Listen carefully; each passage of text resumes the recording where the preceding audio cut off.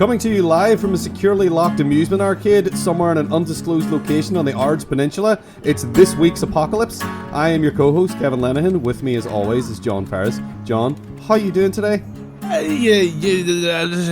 wish we had some change.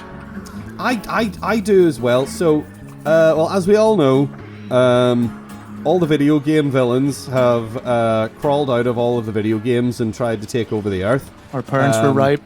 Our parents were right. The government was right. The government was right. Was it Tipper Gore? Was she one of the ones? No, she was music. She hated music. She was music. She thought that if music was good, it should be banned, as far as I could tell. But I don't think she was part of the. She may have been part of the ban the video games. She thing. would probably agree with them. Yeah. I mean, it's Ronald Yee. He was a guy who was who ended up being done for. Fun. Yeah, he hated fun. He wanted to ban Grand Theft Auto and all that stuff because it was too violent for minors and blah, blah, blah. And then he got done for facilitating arms deals. Yeah. So I think that tells you all you need to know about him. He just didn't want competition. Indeed, yes. He was looking to narrow the field. He didn't want kids growing up thinking, selling guns is easy, like in GTAs. Because then he would have...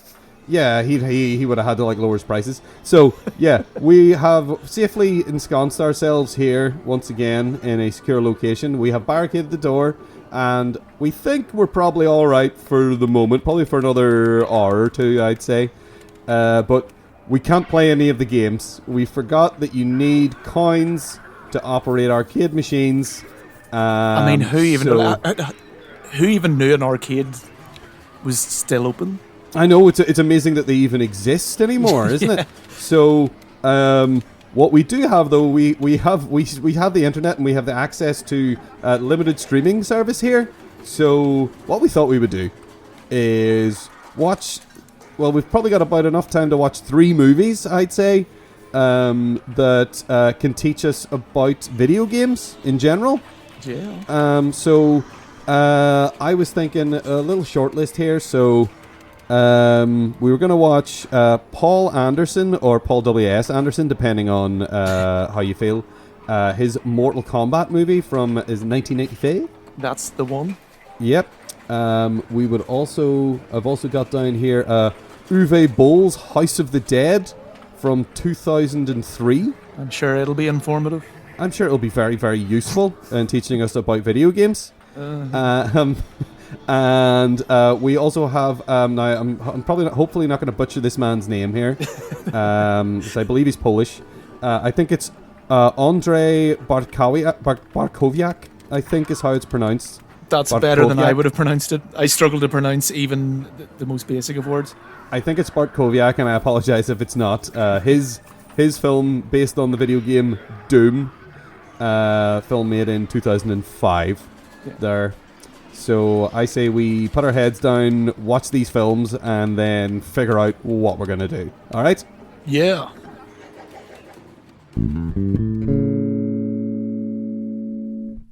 Okay, so let's just get down to it. John, what did you think of Paul Anderson's Mortal Kombat? That basically says everything. Just that.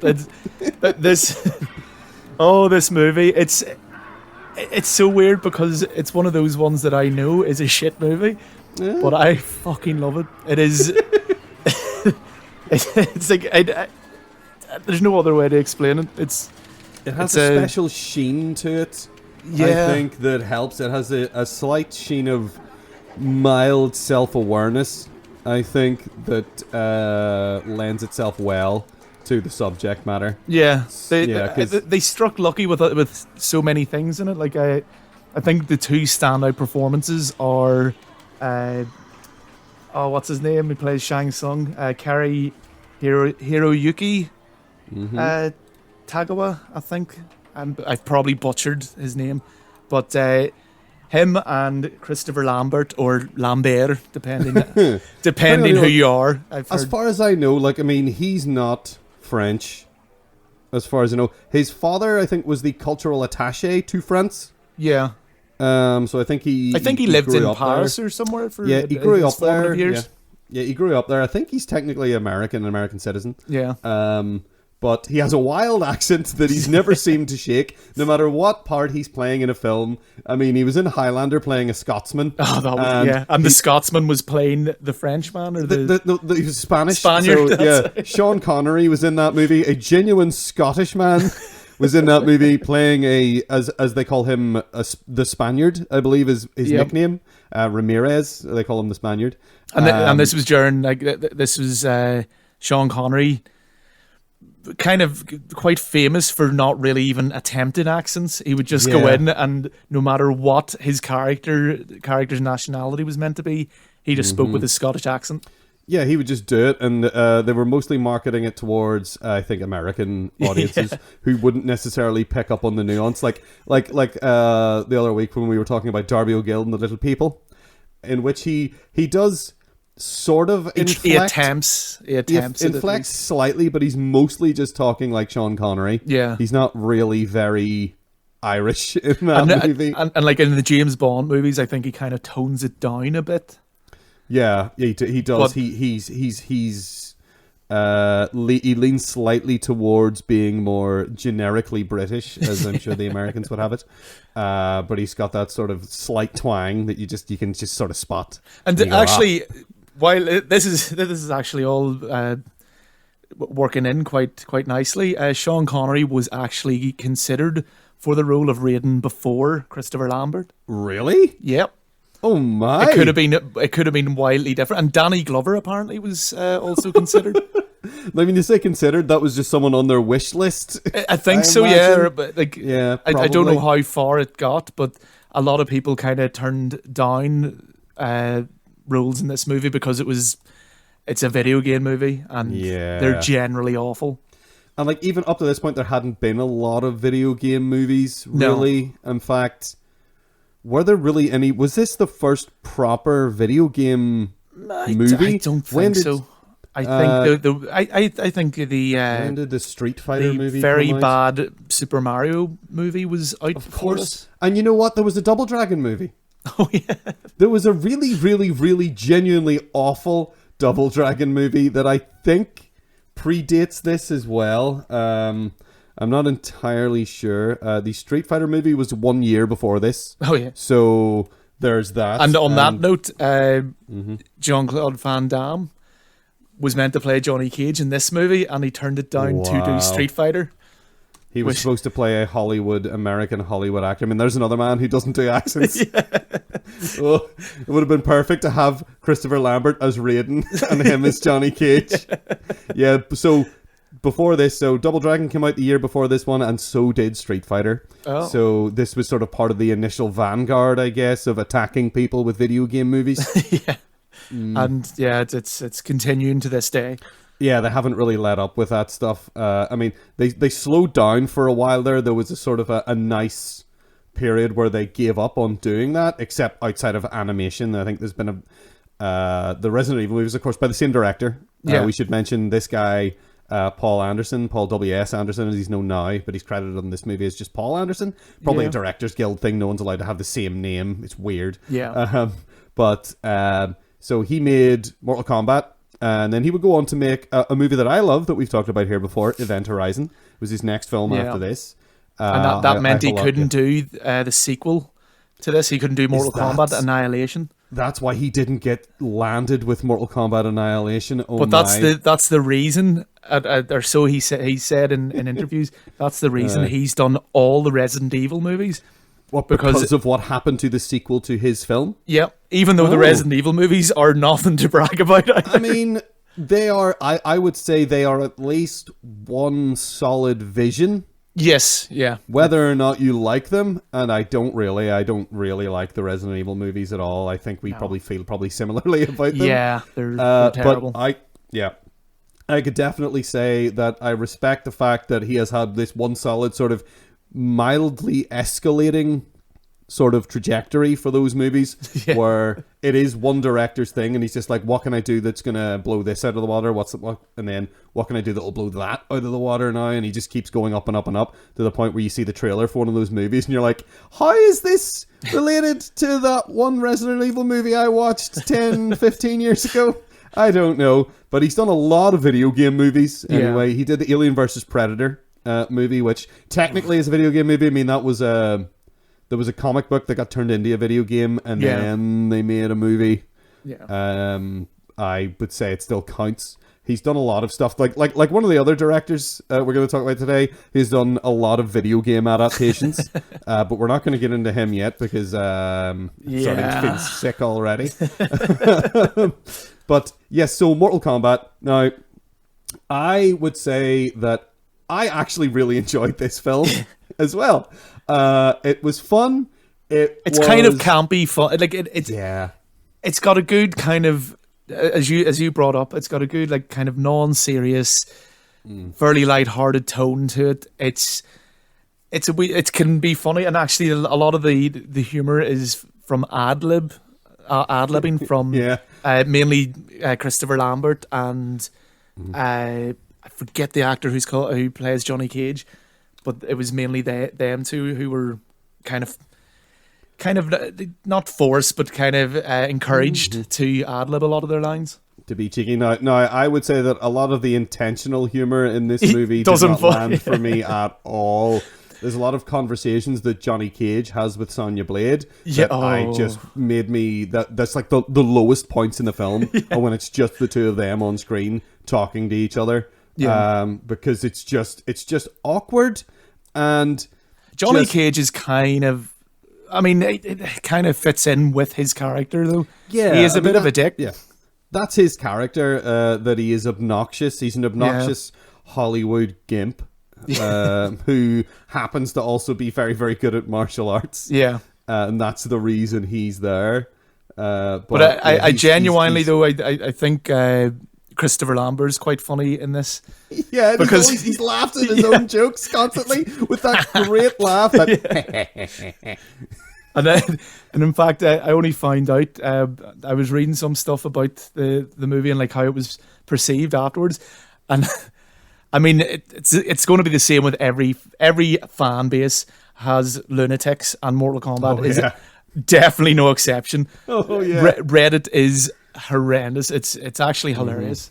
You shouldn't go on Reddit. No, you should just not go on it anymore. It used to be useful, and once it passed a certain sort of threshold of popularity, it's just now a bunch of screaming, staticky noise. I think of just people angry. Okay, I'm gonna go on the subreddits for this particular subject just to see what people are angry about. Yep. Well, people apparently were angry. I mean, obviously this movie came out long before Reddit was anything, but a lot of the fans were disappointed with how Raiden was portrayed in this, because in the video games he's quite serious and like, this is our last chance to save Earthrealm and all this caper, and Christopher Lambert just was sitting there having fun, just going, you know what? He's hamming it up is what he's doing, and I love that in films when it's usually a villain. It's usually the villain's job to stand there and ham it up. Yeah. But and I think your man that plays Shang Tsung, that Hiroyuki Tagawa. Yeah. He's hamming it up hard as well. Oh, he's brilliant. Yeah. Again, as you say, like between him and Christopher Lambert, they're the two sides of the same coin or whatever. They're like the good and evil, blah blah blah blah. I think they literally say that at one point in the movie. But they are both fun whenever they're on screen. You're like, oh yes, this is going to be stupid now, and I'm going to enjoy it immensely. And I did every time. Yeah. Just the fact that he just laughs is that little laugh that he does at himself all the time is just so fucking funny. And I should take this opportunity because I found so much out about Christopher Lambert's importance for this movie and for everyone involved is unbelievable. He's such a cool guy. From by all reports, because he was the only one with real kind of experience in these big productions. This is including the director. So Paul Anderson was kind of in over his head. Because I don't think he'd made a feature film before this. And he had never made a fighting movie as well. So which explains why some of the fights aren't great. But apparently Christopher Lambert was very just chilled out, and informative and just kept kept him right and kept all the cast, not just Paul Anderson, but made sure like no one was kind of freaking out and like, don't worry, this shit happens, when things are going wrong and all. But apparently he was just this awesome like mentor character the whole way through, and obviously because he was the most recognizable actor, he was like the highest paid one, and they couldn't actually afford him for kind of the wide shots and the shots like on location. Like that? Just ones on location. So, but he flew himself out, much to the chagrin of his like agent and all those people. Because his agent doesn't get a cut of that. Yeah. They're going, what are you doing? He's like, oh no, I want it. Like, he believed in it, and apparently I've read somewhere, I haven't kind of fact checked, but he's quite an enthusiastic gamer. I read, but I don't know if that's true or not. But it might explain why he flew himself out to this, and he kind of really believed in the project. And then he also paid for like the wrap up party at the end. Aww. He's like, the more I read about him, the more I was just like, he's cool as fuck. You're making me want to go back and watch Highlander again now. Yeah. And maybe Fortress 2. Not Fortress 2, but Fortress as well. And the other weird thing I found out just about him in general, this is the last thing, we can actually move on to the movie and after this, but he has pretty kind of severe myopia. And this, a lot of people say this is probably why, like one of his kind of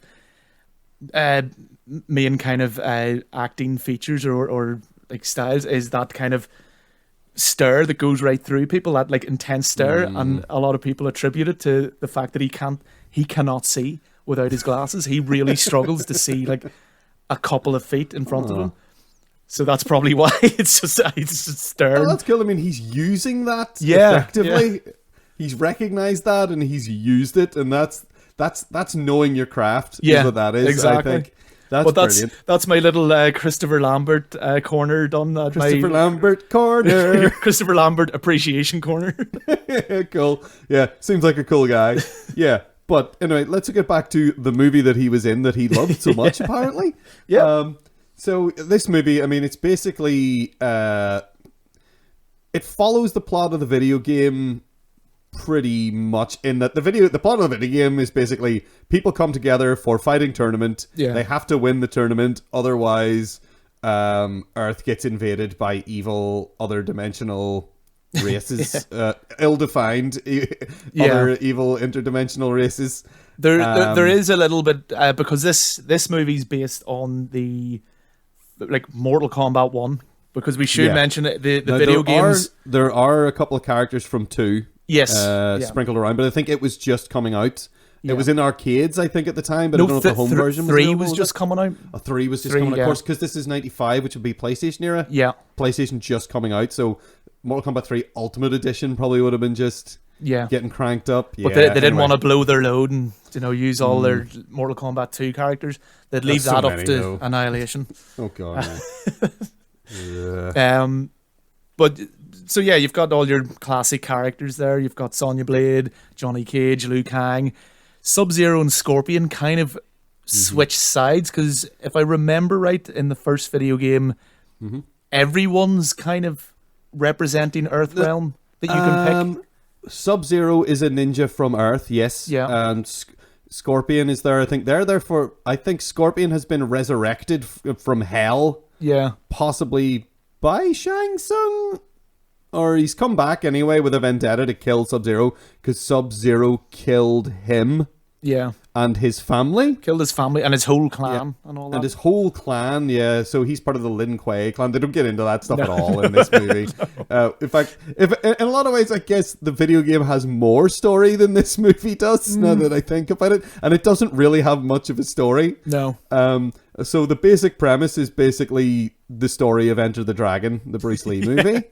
It's rich, weird guy invites good martial artists from around the world to his weird little island to fight in a tournament to prove a point or something. Yeah. That's basically the plot of both of those movies. And it's just an excuse, much like it was in Enter the Dragon.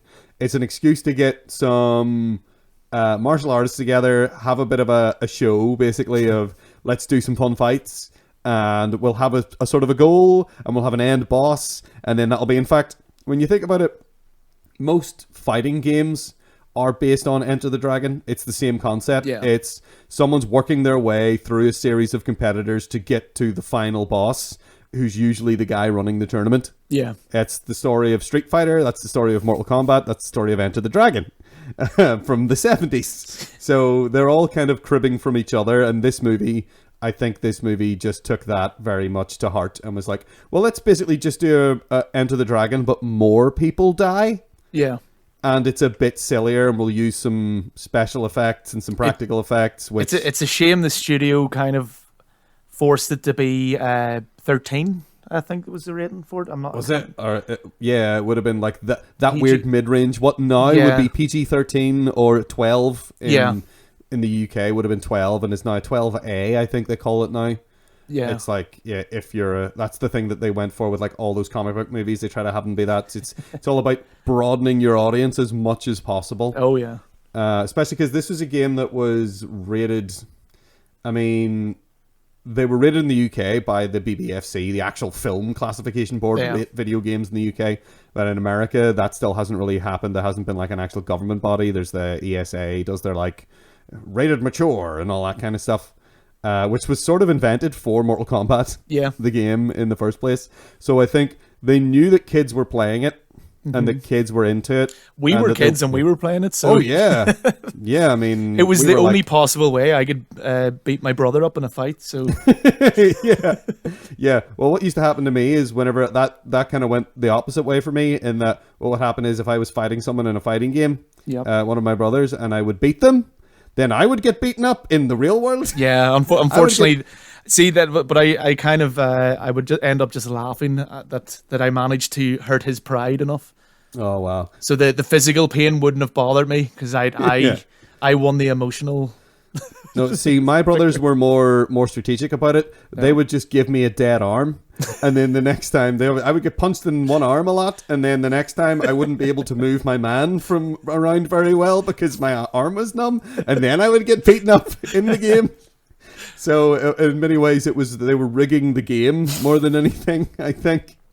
But yeah, that's the basic story of Mortal Kombat. So I think it sticks fairly close to the source material in a lot of ways. I mean, Mortal Kombat lore, again, going back to like these like kind of crazy fans, these ones who are like they changed the lore, and I've even read there's a new Mortal Kombat movie that came out it's a couple of weeks ago, wasn't it? Yes, well, it depends where you live, but yeah, like this month, let's say, and there's people who are shouting about it because they've changed lore and they've changed things around.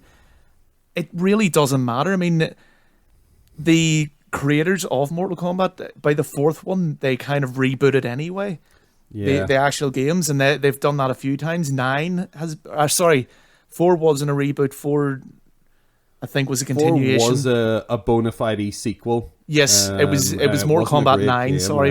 Was the reboot. Yeah, 9 was a full reboot of the first 3 games from start to finish. Yeah. It was the story of the first 3 just mushed into one. And they pretty much invented, I think, the fighting game story mode with that game. And they did a phenomenal job with it. I love the story mode in the Mortal Kombat games, not these like 9, 10, and 11, because they're absolutely incomprehensible and just it's just daft, and they really lean into the ridiculous's and the kind of, this story is just an excuse for you to fight someone, and you'll play as like Scorpion for 3 rounds or 3 battles, and it's like, right, how do I get Scorpion to fight Sonya here? How do I get him to fight Sub-Zero?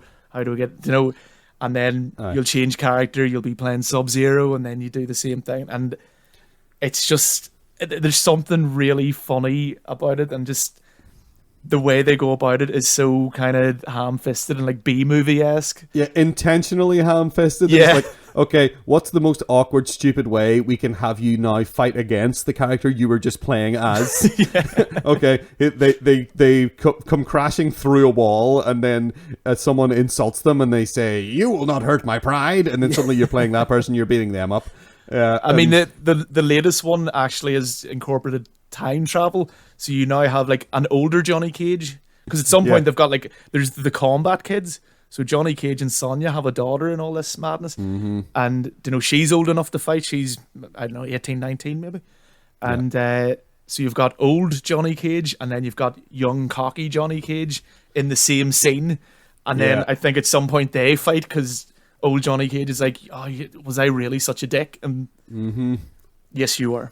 Yeah, you know that because once an established franchise suddenly introduces time travel, you know that they don't really care anymore. I'd say it's not, well, maybe not that they don't care, but like all bets are off at that point where they're like, they're just mucking around and they're having fun with it as best they can. Isn't that what Mortal Kombat was from the very beginning? What all video games should be. Yeah, like they should all be like, let's not take this too seriously. Even if it's a serious subject, it's still a video game, and you should just take video games as they are and try to have fun with them. And if you don't like them, don't play them. Play a different one. There's so many. Yeah, sitting guldering about that kind of stuff is stupid. Like, I mean, the ridiculousness of all, like, there's all these Asian culture kind of things that go into, like, Raiden and the ninjas and Shang Tsung, and then you've just got like you straight up cyborgs in it, and then you've like Jax with the metal arms, and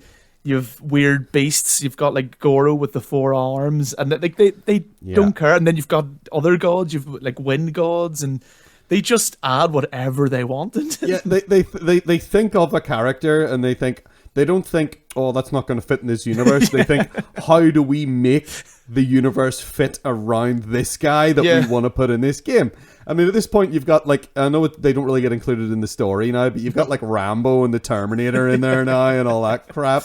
Like, they're, like, extra things they get you to pay for, and they do a good job, for the most part, with making them fun to play, and giving them, like, special, like, fatality moves that are weirdly appropriate to the source material. So I appreciate that. That's how little it matters. Yeah. If you're going to moan about the story not being adhered to, you should also be out there moaning about the fact that the Terminator is in Mortal Kombat now. And it helps all us 80s and 90s kids finally answer those questions that have plagued us forever of who would win. Who would win in a fight? Yep. Terminator or Who RoboCop? would win in a fight? Terminator or RoboCop? Terminator. Or Sylvester Stallone or Arnie? Oh, there's another one. It's not even that. It's Rambo versus a robot. Really? I'm pretty sure Rambo gets killed in that scenario. But anyway, back to the film. So, again, you were talking about Goro there. So I guess we should mention, like, the special effects in this movie now. It's 1995. And there is I wouldn't say maybe a heavy reliance. It's not the entire film, but there are a lot of computer effects in this movie. Yeah, not great. That none of them hold up, I don't think, well, really. I mean, again, this is Paul W.S. Anderson, who is renowned for... I mean, you mentioned when we looked at Event Horizon in a previous episode that he's kind of well known in the industry for making films kind of almost under budget, not just budget. Studios love him. Love him because he's efficient. I was going to say he's cheap. He's not cheap himself necessarily. No. That sounds insulting. That's reductive. I don't want to rag on this guy because I think he is a guy who just does his job. He's like a jobbing director. He is, and you know what? He's a fairly good one. Like, I don't necessarily love his films, but he doesn't crank out unwatchable garbage. Yeah, we'll get that. He sometimes cranks out stuff that you might look at and say artistically, "Oh, that's kind of garbage." Yeah. But he knows how to technically make a film and put it together, and he comes in under budget very often, and his films generally make money. I think Event Horizon was one of the few times where at the box office he didn't necessarily make money, but ultimately that ended up being a money spinner for the studio. Yeah. So he is a guy who, as you say, he comes in under budget. He gets stuff done on time. Yeah. which is really important for from a corporate executive perspective. You want this guy because he does that stuff, and he will make sacrifices. I mean, he sacrificed rights that he had from the Directors Guild to get Event Horizon out the door when they wanted it. So yeah, people in the industry like him. Yeah, and whether or not they skimped on the effects in this movie, I wouldn't say that they necessarily did. I think they not so much that they skimped on it, but that they spent so much on the big Goro puppet that they probably had to the rest had to be kind of spread thinly. And for the time the Goro looked really good. I kind of liked him whenever I was watching this. There was something about the way he moved that I was staring at him and I was like, what does that remind me of? And it suddenly came to me. It's Chucky. Yeah. It's Chucky from the Child's Play movies. The way his face, even the shape of his face and the way it moves around and the way he looks around, his voice is wonderful. I love the stupid I'm a scary monster voice that he does. I love his two greatest fans who it cuts to when he's the guys who are always so excited and they shout the sidelines in each other's faces. They fucking love him. They love him and they're great. It's fun to see them every now and then just pop up every time he's murdering people. You're like, yeah. They're like his groupies or something. They follow him on the road. They're at every show. Yeah. So I kind of like the puppet. You can tell that it's it's a puppet though. It kind of Again, this is one of these movies that you kind of you're kind of watching. You're not taking it serious. It's not like you're sitting down to watch it, like the Godfather, or actually no. To use a better example, to like something like Enter the Dragon, where you can take that story as what it is and like kind of view it a bit more serious than you can this. Like you go in just to have a bit of fun, just like switch your brain off and just have a bit of a laugh at the expense almost of the movie. Yeah, the people who are going to the cinema to see a movie based on a video game aren't there for the cinematography. They're not there for the cinematography or philosophy or to be like shown a deeper meaning about their humanity. Well, maybe you are. Maybe that's what you're looking for in there. But if I'm watching, at this stage in my life, because I think I've seen every live action adaptation of a video game except for this most recent Mortal Kombat. Yeah. And there was a second Doom movie that came out there about 2 years ago, I think, or a year ago. I wouldn't bother with that. I haven't seen it and I don't want to see it. No. And the reason is that I've sort of learned my lesson in that there has never been a good video game movie. No. There have been entertaining ones. Like this is an entertaining one. This is usually held up if you check, I mean, as reductive as they are, but these lists, if you Google best video game movies or what have you, this consistently seems to rank very highly. Yeah, it's usually at the top. Yeah. It's usually at the top because it's the least offensive, maybe. It's the least offensive. If you go into it with the right attitude. Yeah. If you're a fan of the games, you can kind of have a bit of fun with it. Yeah. And even if you're not, it's just so ridiculous. And that and like also that music is just and it happens so often, and the shouts just keep shouting Mortal Kombat all the time. I love that scream. Yeah. And like it's got a really bad title. It's the title of that tune is like the title of that tune is like it's not just the Mortal Kombat theme.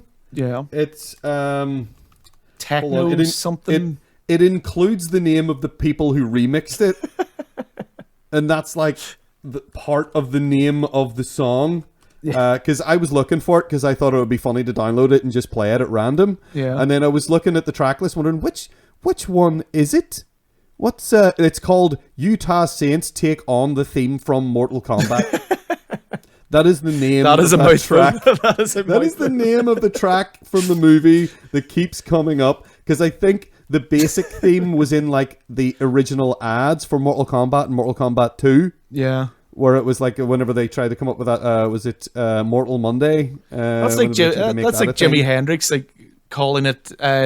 Jimi Hendrix plays Bob Dylan's "All Along the Watchtower," only adds his own. Only way better. Only way better. Yeah. It's a little bit insulting. Yeah, but it's just, yeah, I mean, it just sounds like these guys were just the Utah Saints. They were just having a go. Yep. This is something we had a go at, and it made it on the soundtrack. Yay. But it is fun, and it's awful, and it's wonderful, and it sets the tone for the whole film, because it's the first thing that happens. Yeah, the music dun, dun, dun, like kicks in, then you have fire, then you have the logo, and you're just like, yes! You have that voice screaming, Mortal Kombat! You're like, yeah, this is what I'm sure I didn't see this in the cinema because I was too young to get in to see this in the cinema. I saw it, I think we rented it from probably Extravision or some other video rental place, probably about a year or two later. But I mean, that's what people who went to the cinema were probably really, really happy to have that happen right at the beginning of the film. Yep. And they do spend a lot of time at the beginning of this movie telling you who all the characters are. Yeah, they spend it. Like, I like that. Yeah, they spend a bit of time. They show you Sonya is part of like a special ops type thing, tracking Kano. They show you Johnny Cage doing his movie bit. Yeah, where the extra they set it up like it's something that's really happening, and then it's like the bit where the guy, he's looking at the guy, which is like gets called back to later, where he looks at him and says, This is the part where you fall down. Yeah. And then the guy goes, oh, and then he throws himself backwards, and then you hear cut. And then you're like, oh, it was a film. Okay. And the fact that the director of this fake movie looks like Steven Spielberg is... Oh my God, he really does, doesn't he? That is not a mistake, or it's not... basically where that came from, Steven Spielberg was meant to cameo in this movie, because, again, yet another Hollywood guy who apparently is an avid gamer and really loved the franchise. Yeah, he's done a lot of video game related stuff. Yeah, outside he did that. He did that Ready Player One as well. He made Ready Player One. He made the live. I mean, most of that film is just CGI mulch, but he filmed all the live action stuff. Was directed by Steven Spielberg, and the whole film is credited as directed by Steven Spielberg. But that film is almost a friggin' Pixar movie. But yeah, they spend their time doing that, and like Liu Kang, who is kind of the lead out of all the fighters. He's our chosen one. They literally say that over and over and over again about him as well. I love that Raiden does say whenever Liu Kang goes to the temple to like get permission to enter the contest. Raiden says American life has enfeebled his mind. Because he doesn't believe in all these gods and stuff. He's just like... he thinks it's all bullshit. Yeah, he's just looking to avenge his brother, Chan, I believe is his brother. Yeah, he gets mad about that because his brother was a true believer. Yeah. And as far as he's concerned, that's what got him killed. Yeah. So he's still, like, when he shows up basically to be like, he's basically there for the funeral, essentially. Yeah. And to find out exactly what happened to his brother. It doesn't explain why him and his grandfather speak English the entire time, though. No, but, I know why, because this is an American-made movie based on a video game, and nobody cared about that very much at all. Yeah. And it's disappointing, too, the scorpion spear attack. Yeah, kind of looks like Audrey 2 coming out of his hand. It does, and like again, if we're gonna look at like ways in which it deviates from the game, I mean that's not a thing. No, it's not a thing in the video game. He literally just has a harpoon on a chain that he throws into people and drags them over to him. A kunai, is it? A kunai, yes, I think it's a kunai on a chain. Yep. That he'll throw across the stage and do the "get over here," which they use and abuse in this movie. They use, and I'm pretty sure get down from here. He goes, "Get down from there!" When he climbs up on the ladders and the scaffolding. Yeah, it's very, very stupid. I think it's Ed Boon doing that voice as well, the guy who is credited with creating Mortal Kombat. Yeah. He does the voice in the game as well. Yeah. He's actually credited in the movie as Scorpion's voice, so yeah, it's definitely him. he does the "come here, get over here." Yeah, and like I recognized it straight away. It's been like, oh, that sounds exactly like it does in the game because it's the same dude. But yeah, that stuff is stupid. The way it comes out of his hand looks daft and awful. Yeah. The fact that it's not a kunai on the end of a chain is like, I mean, again, I'm not going to get annoyed about that because the whole film is ridiculous. Yeah. But it is a way in which it deviates. There's a lot of this movie is just, here is someone in a location and then all of a sudden they're fighting. Yep. To the point where there were times where I was wondering, right, they're there for a tournament, like an official tournament, and there's all these like bits where there are like, right, here's a space, here's a square, and that's where the fight is happening, and it's surrounded by people watching, and Shang Tsung, the sorcerer who is essentially running the tournament, is there to, it seems, referee in a way. Yeah. So there's times where that's happening, but then there's other times where people are just out somewhere else on the island and then suddenly they're fighting, and I find myself wondering, is this part of the tournament or are these guys just fighting each other? It kind of seems to be in a way, because the Johnny Cage and Scorpion fight, that's the one in particular that Johnny was bothering me. seems to be kind of wandering through there, like waiting for someone to jump out at him, like he's already kind of, so I don't know, we'd need to really talk to Shang Tsung and find out what the deal is here. Mate, what's the rules here? Get your rules a little more established and we'll be fine. Maybe they've got like some kind of, crystal ball or like pool of water that he can like, magic up and then... like that volunteer thing from or maybe just cameras. Or just, you know what? Yeah, this is a contemporary movie. This is set in the year it came out, so they could just have security cameras all over the island that they're watching, yes. Yeah, so I didn't understand that aspect of it. I was a little bit fuzzy on. No, it's ridiculous. Like there is a lot. I mean, again, this is why you will only enjoy this movie if you go in with the right kind of attitude or expectations, because the inconsistencies are rife and you will just annoy yourself with them. Yeah, your head will implode if you're trying to like fathom any kind of sense out of it. Because there's so many things at the end of the movie, I was like, things that I had almost forgotten about and I felt like they wanted me to forget about, but were still in the back of my head. Like, Shang Tsung is, for some reason that I still do not understand, Shang Tsung is obsessed with getting Sonya Blade in particular into the tournament and kidnapping her and having her fight him. And I don't know, now you can correct me if you somehow worked this out. I did not, did they ever explain why? No, and it's kind of annoying as well, because they kind of really push that, she's very capable on her own, and part of it, like Raiden actually at some point, kind of around the third act, Raiden kind of says to them all, like, they all have a different lesson they need to learn or they won't win. Yeah, they keep saying, oh, finally, one of you is learning. And I was sort of sitting there watching going, but what did he learn? Yeah, exactly. Because Johnny Cage's one is literally like, oh, you'll rush into a fight too much because you've too much to prove. And then literally within minutes, he decides, I'm going to go fight Goro then. Surely that's rushing into a fight. I guess the idea there is that when he decided to fight Goro, he came up with a plan first, I suppose. Yeah. Although his plan was to punch him in the balls and run away. So, which I don't know. He's just taking a page out of my fight style.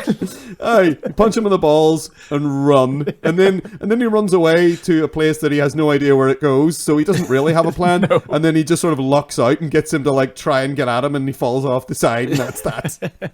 So lesson learned, I guess. And Liu Kang's lesson is that he has to accept his destiny. That that his brother Chan. Liu Kang's not responsible for that. Everyone's in control of their own lives. Blah de blah. Yeah. And Sonya, her lesson is she has to trust her friends and not be afraid to ask for help. Really? But this just basically means that she has to just accept getting captured. So her lesson is that she should just be the generic damsel in distress. Which is such a shame because Sonya Blade is sucks. Tough as nails. Like she is established as a really capable murder lady pretty early on in the movie. And she full on has very little qualms about murdering Kano. Oh yeah. Our good friend Kano, our possibly English, possibly Australian, who knows. Oh, he's Australian. Man? In fact, that's another. I mean, just to kind of show how entrenched this movie is with the games and how it has changed the games. Even the makers of the game liked Kano's performance. Kano in the original Mortal Kombat games was Japanese American, but they liked the Australian Kano a bit too much, so he has now been retconned, and in every game since this movie came out, he is now Australian. All right, because of this guy in this movie. Huh, all right. And the actor is English, but he's putting on. That's probably why it kind of. Because he sounds really Cockney a lot of the time. Yeah. But the first time he's talking, he sounds a wee bit Australian. Yeah. Every now and then he sounds a wee bit Australian, but he mostly sounds like someone from the East End of London. Yeah, exactly. So I was confused about where he was supposed to be from, but again, I didn't really get hung up too much on that because I was too busy having fun with the rest of the film to care. And of course, the whole tone of the rest of the film basically lets you know you shouldn't care about this. It doesn't really matter. It's fine. It's like the movie just stops and someone's face comes on screen. That's what you're going to worry about. That's Kano's dodgy accent. Yeah. Is he Australian? If he is Australian, what is he from Perth? Is he from Canberra? Yeah. I mean, I need to know these things. It's taking me out of the movie. The lore Bible. Oh, it's taking. Yeah, it's you're ruining my suspension of disbelief in this interdimensional fight movie. I should ask actually, out of all the fights, was there any that kind of stood out? Was there a fight you thought was better choreographed or better done than any of the others? They're all kind of cutty. Yeah. And a little bit, I'm looking at this and it's kind of annoying me.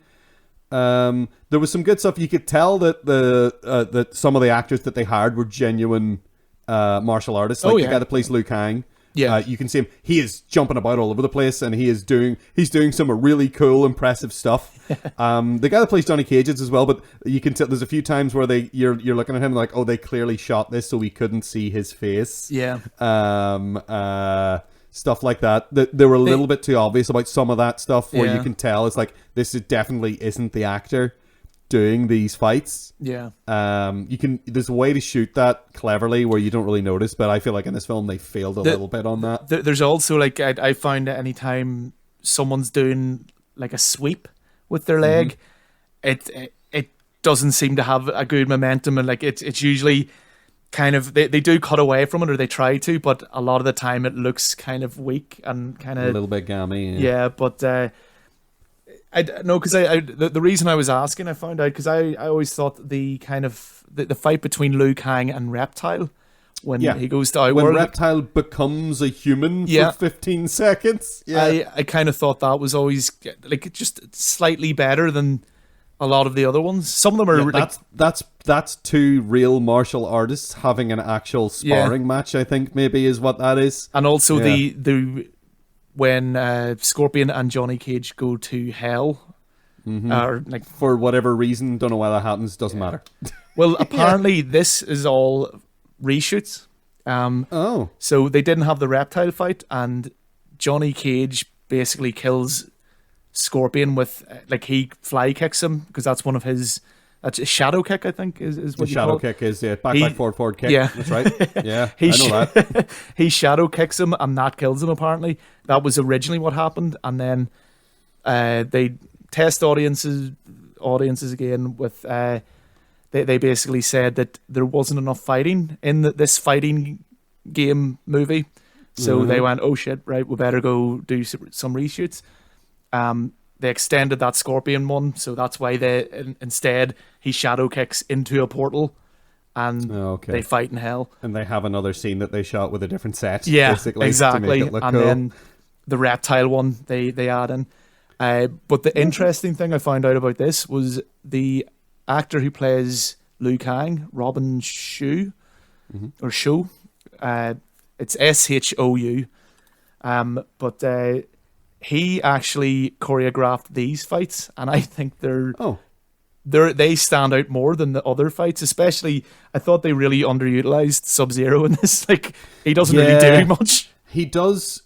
Most of what Sub-Zero does is based on special effects. Yeah. Is like there's literally a fight where a guy just dances in front of him. Essentially, he's doing his while he stands there. He lets him stand there and charge up his weird ice ball. Yeah. And he just sort of while his opponent, his generic bad guy opponent, stands there. Like they're wearing red hoods as opposed to red shirts. They might as well be wearing red shirts. Yeah, it's one of those things where that's a thing from the background in the game. Like, in fact, most of the set pieces in this film are, this is this stage from the game, and this is this stage from the game, and look, we set this up exactly like this background from the game, which was entirely there for people like me to go, here, see out there, it's really good. That's my favourite stage, that is. That's my favourite stage. And see them spikes coming out, someone's going to get uppercutted on the M. So we are, I bet that's going to happen. So yeah, a lot of it is that. But yeah, so those guys are in the background. There's a few stages in Mortal Kombat 2 where there's guys dressed exactly like that are just hanging out in the background. Yeah. So I think they just decided, right, well, these are going to be generic henchmen then and going to be everywhere in the movie. They originally wanted the henchmen, bad guys for want of a better term, to be Tarkatan. Basically, there's a character, Baraka, in the second game who's like big claws and he's all teeth. He's got scurry needle teeth and no hair, and he's got big claws that come out of his sort of wrists, sort of like Wolverine, but it's one big spike. Yeah, but they didn't have the budget for that, so that's why they just opted for, let's just put red hoods and some built guys and that's it. Yeah. So that guy dances in front of Sub-Zero for a bit. I guess he's doing kung fu or it looks like some kind of kung fu kind of moves that he's doing, and he's doing spin kicks and jumping up and down, and while Sub-Zero stands there and does a little sort of interpretive dance. Basically does like an Indiana Jones, the guy like with the sword spinning them, and then he just shoots him. You know what? It is exactly that, isn't it? This guy's showing off with like, how good am I going to be at kicking your ass? And then Indiana Jones pulls his gun and just shoots the guy and walks away. And in this, the guy comes at him and he just throws the ice ball at him, freezes him, and the guy smashes into pieces. And like, well, that's the end of that fight, I guess. And that was kind of funny. In this movie, they kind of, they don't use the terminologies right a lot of the time. In this case, Shang Tsung does. He says flawless victory, and he does. For anyone who plays the games, they'll know that a flawless victory is when you win and don't get hit at all by your opponent. Your health bar is still full at the end of the fight because no one hit you, which is true at that point. Yes. But later, it is used completely incorrectly. In another fight, in which someone says flawless, he says, is it Shang Tsung says flawless victory again? Yeah, what one is that? He says it a few times. When Goro is fighting the friend that they made. Is it? Art Lane. Art. Yeah. He's the red shirt that as soon as he introduces himself on the boat, and if you've played the games, you go, that's not a character from the video games. He's definitely going to die. Yeah. Well, because he punches Goro loads. Yeah, he does quite well. He gets a few good shots in. He sort of almost knocks him over a few times. Yeah. And then Goro just kind of mercilessly just beats him up in a way that I think if they were going to make this fight today would have ended in a much more grisly way probably than it does in this. Because he just sort of hits him a lot and then punches him and then he sort of generically dies from impacts. Yeah. Again, that PG-13 rating really kind of kills any kind of...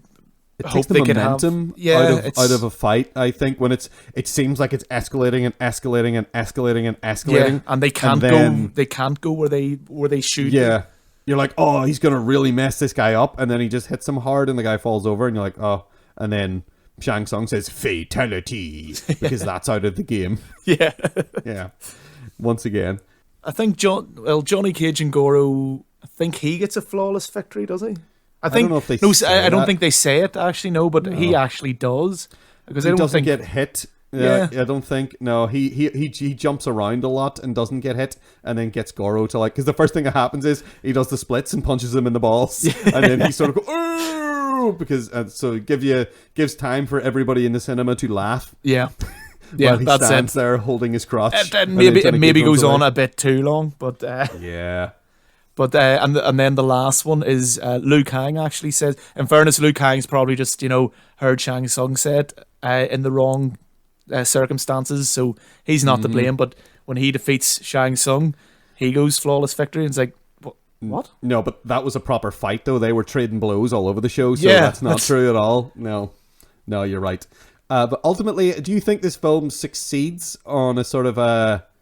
It definitely succeeds on an entertainment level, I think. Yeah. It's fun to watch it happen. Yes, yeah.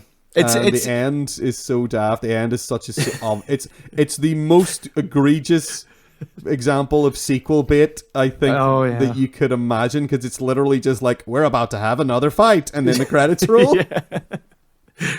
And then when you go back, if you go to watch Mortal Kombat Annihilation, which I plead with everyone to not bother. It is. No. It's not even one of those bad movies, so bad it's good movies kind of thing. Yeah. It is just unwatchable mess. But half the actors don't come back to it, and also they replaced Christopher Lambert's not in it. Yeah. It's James Remar, I think. Christopher Lambert went to do Beowulf, I believe. I think around that time. Which I haven't seen. I'd be interested in seeing that. Actually. Nor have I. I didn't know he was in a version of Beowulf. Is he Beowulf? Yes. In it? Yeah, he's Beowulf. Okay, cool. All right, fair enough. Yep. I could sit down and watch that. Yeah. That sounds good. But no, I think it does. For the most part, it's got all these wee Easter eggy things in it. Like Johnny Cage's signed photo when he beats Scorpion. That's his friendship. Is that... See, I was confused about where the photo came from. There was a moment where I was thinking, is Scorpion a fan? Yeah, I was thinking, had Scorpion been to a signing event of Johnny Cage and got that signed at some point in the past and always keeps it on him? You know what? I think we should. I think that should be retconned in to the actual games. Yeah. Do you see Johnny Cage throw it down? Because I felt like you just see it falling to the ground after Scorpion goes up in flames. So I assumed that Scorpion's a big Johnny Cage fan. Yeah, I assume that as well. And I'm going to continue to assume that. I'm going to continue to assume that is the message in that shot, in that scene. Yeah. Because it makes it kind of adorable, and it gives it a kind of melancholy in a way. Because the whole thing with Scorpion and Sub-Zero is that they are under the control of Shang Tsung in this film. Yep. They are somehow enslaved to him, and that's the reason they're fighting the humans. Yes. So that would track with that. My version of this scene tracks with that, in that maybe Scorpion didn't want to fight Johnny Cage because he's such a big fan. Yeah. Yeah, I could go with that. Well, that's our headcanon now. Indeed. Headcanon. Good use of the term. I like that. That's exactly what it is. But yeah, no, I think overall, like again, as we keep having to qualify it with, it isn't a great movie, and there will be people who will watch this and think it is complete drivel, because it is. It kind of is drivel. It is complete drivel, but I enjoy it. I'm one of those people, but I am also one of the people that likes it. I think we both accept that it is drivel, and we both sat down and quite enjoyed this film. I mean, it even has Katana's unnecessary cryptic crap to Liu Kang. Just say what you mean. There's no reason for it. Use the element that brings life.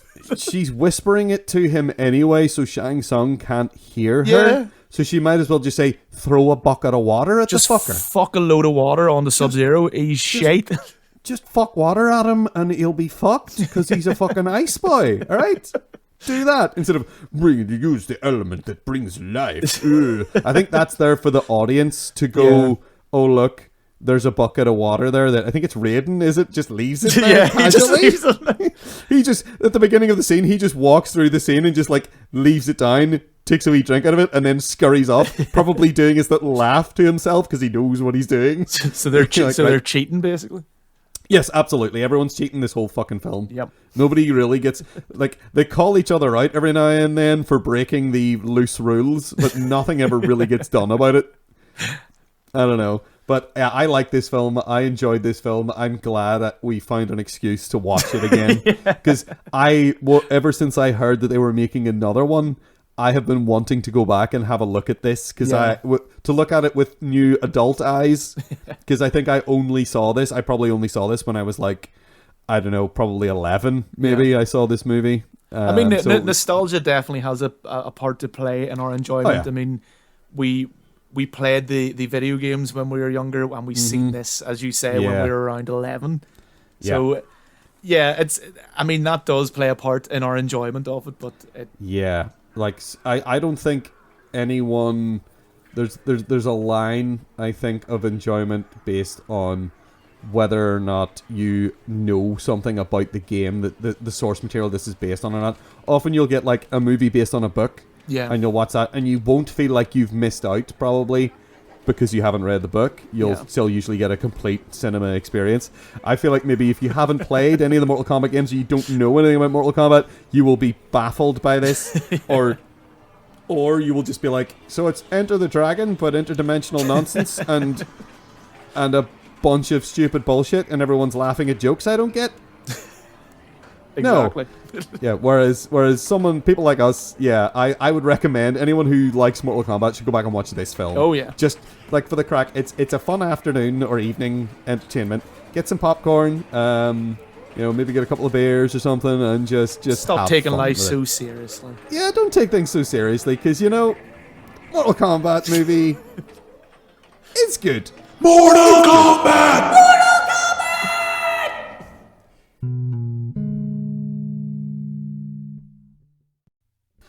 Okay, well, things are escalating outside. I think I can hear the sound of kung fu kicks, gunshots, and puzzle solving going on just willy-nilly outside.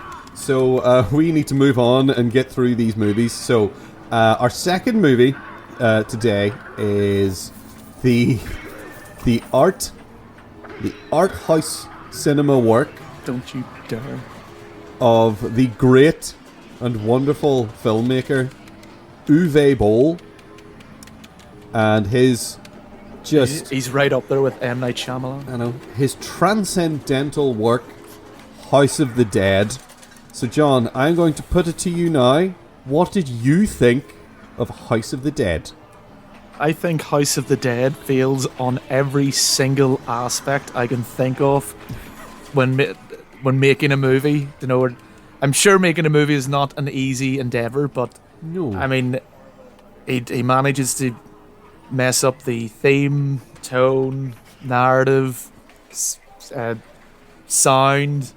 Yeah. The acting's terrible. Mm-hmm. The editing's awful. The dialogue is just the worst. The visual design, the sets are laughable. It's an ugly, ugly, ugly, ugly film, and not in the way that, like, oh, I'm repulsed by this. Yeah.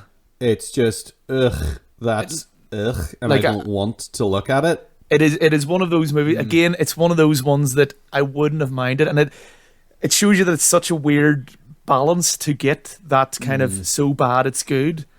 Because it kind of starts off, and I was kind of enjoying the start of it in that it's in that kind of way of it's so bad it's good. The acting is so bad, and I was kind of having fun. But around about halfway through, I was just bored of it, and I was just wanting it to finish, wanting it to be over.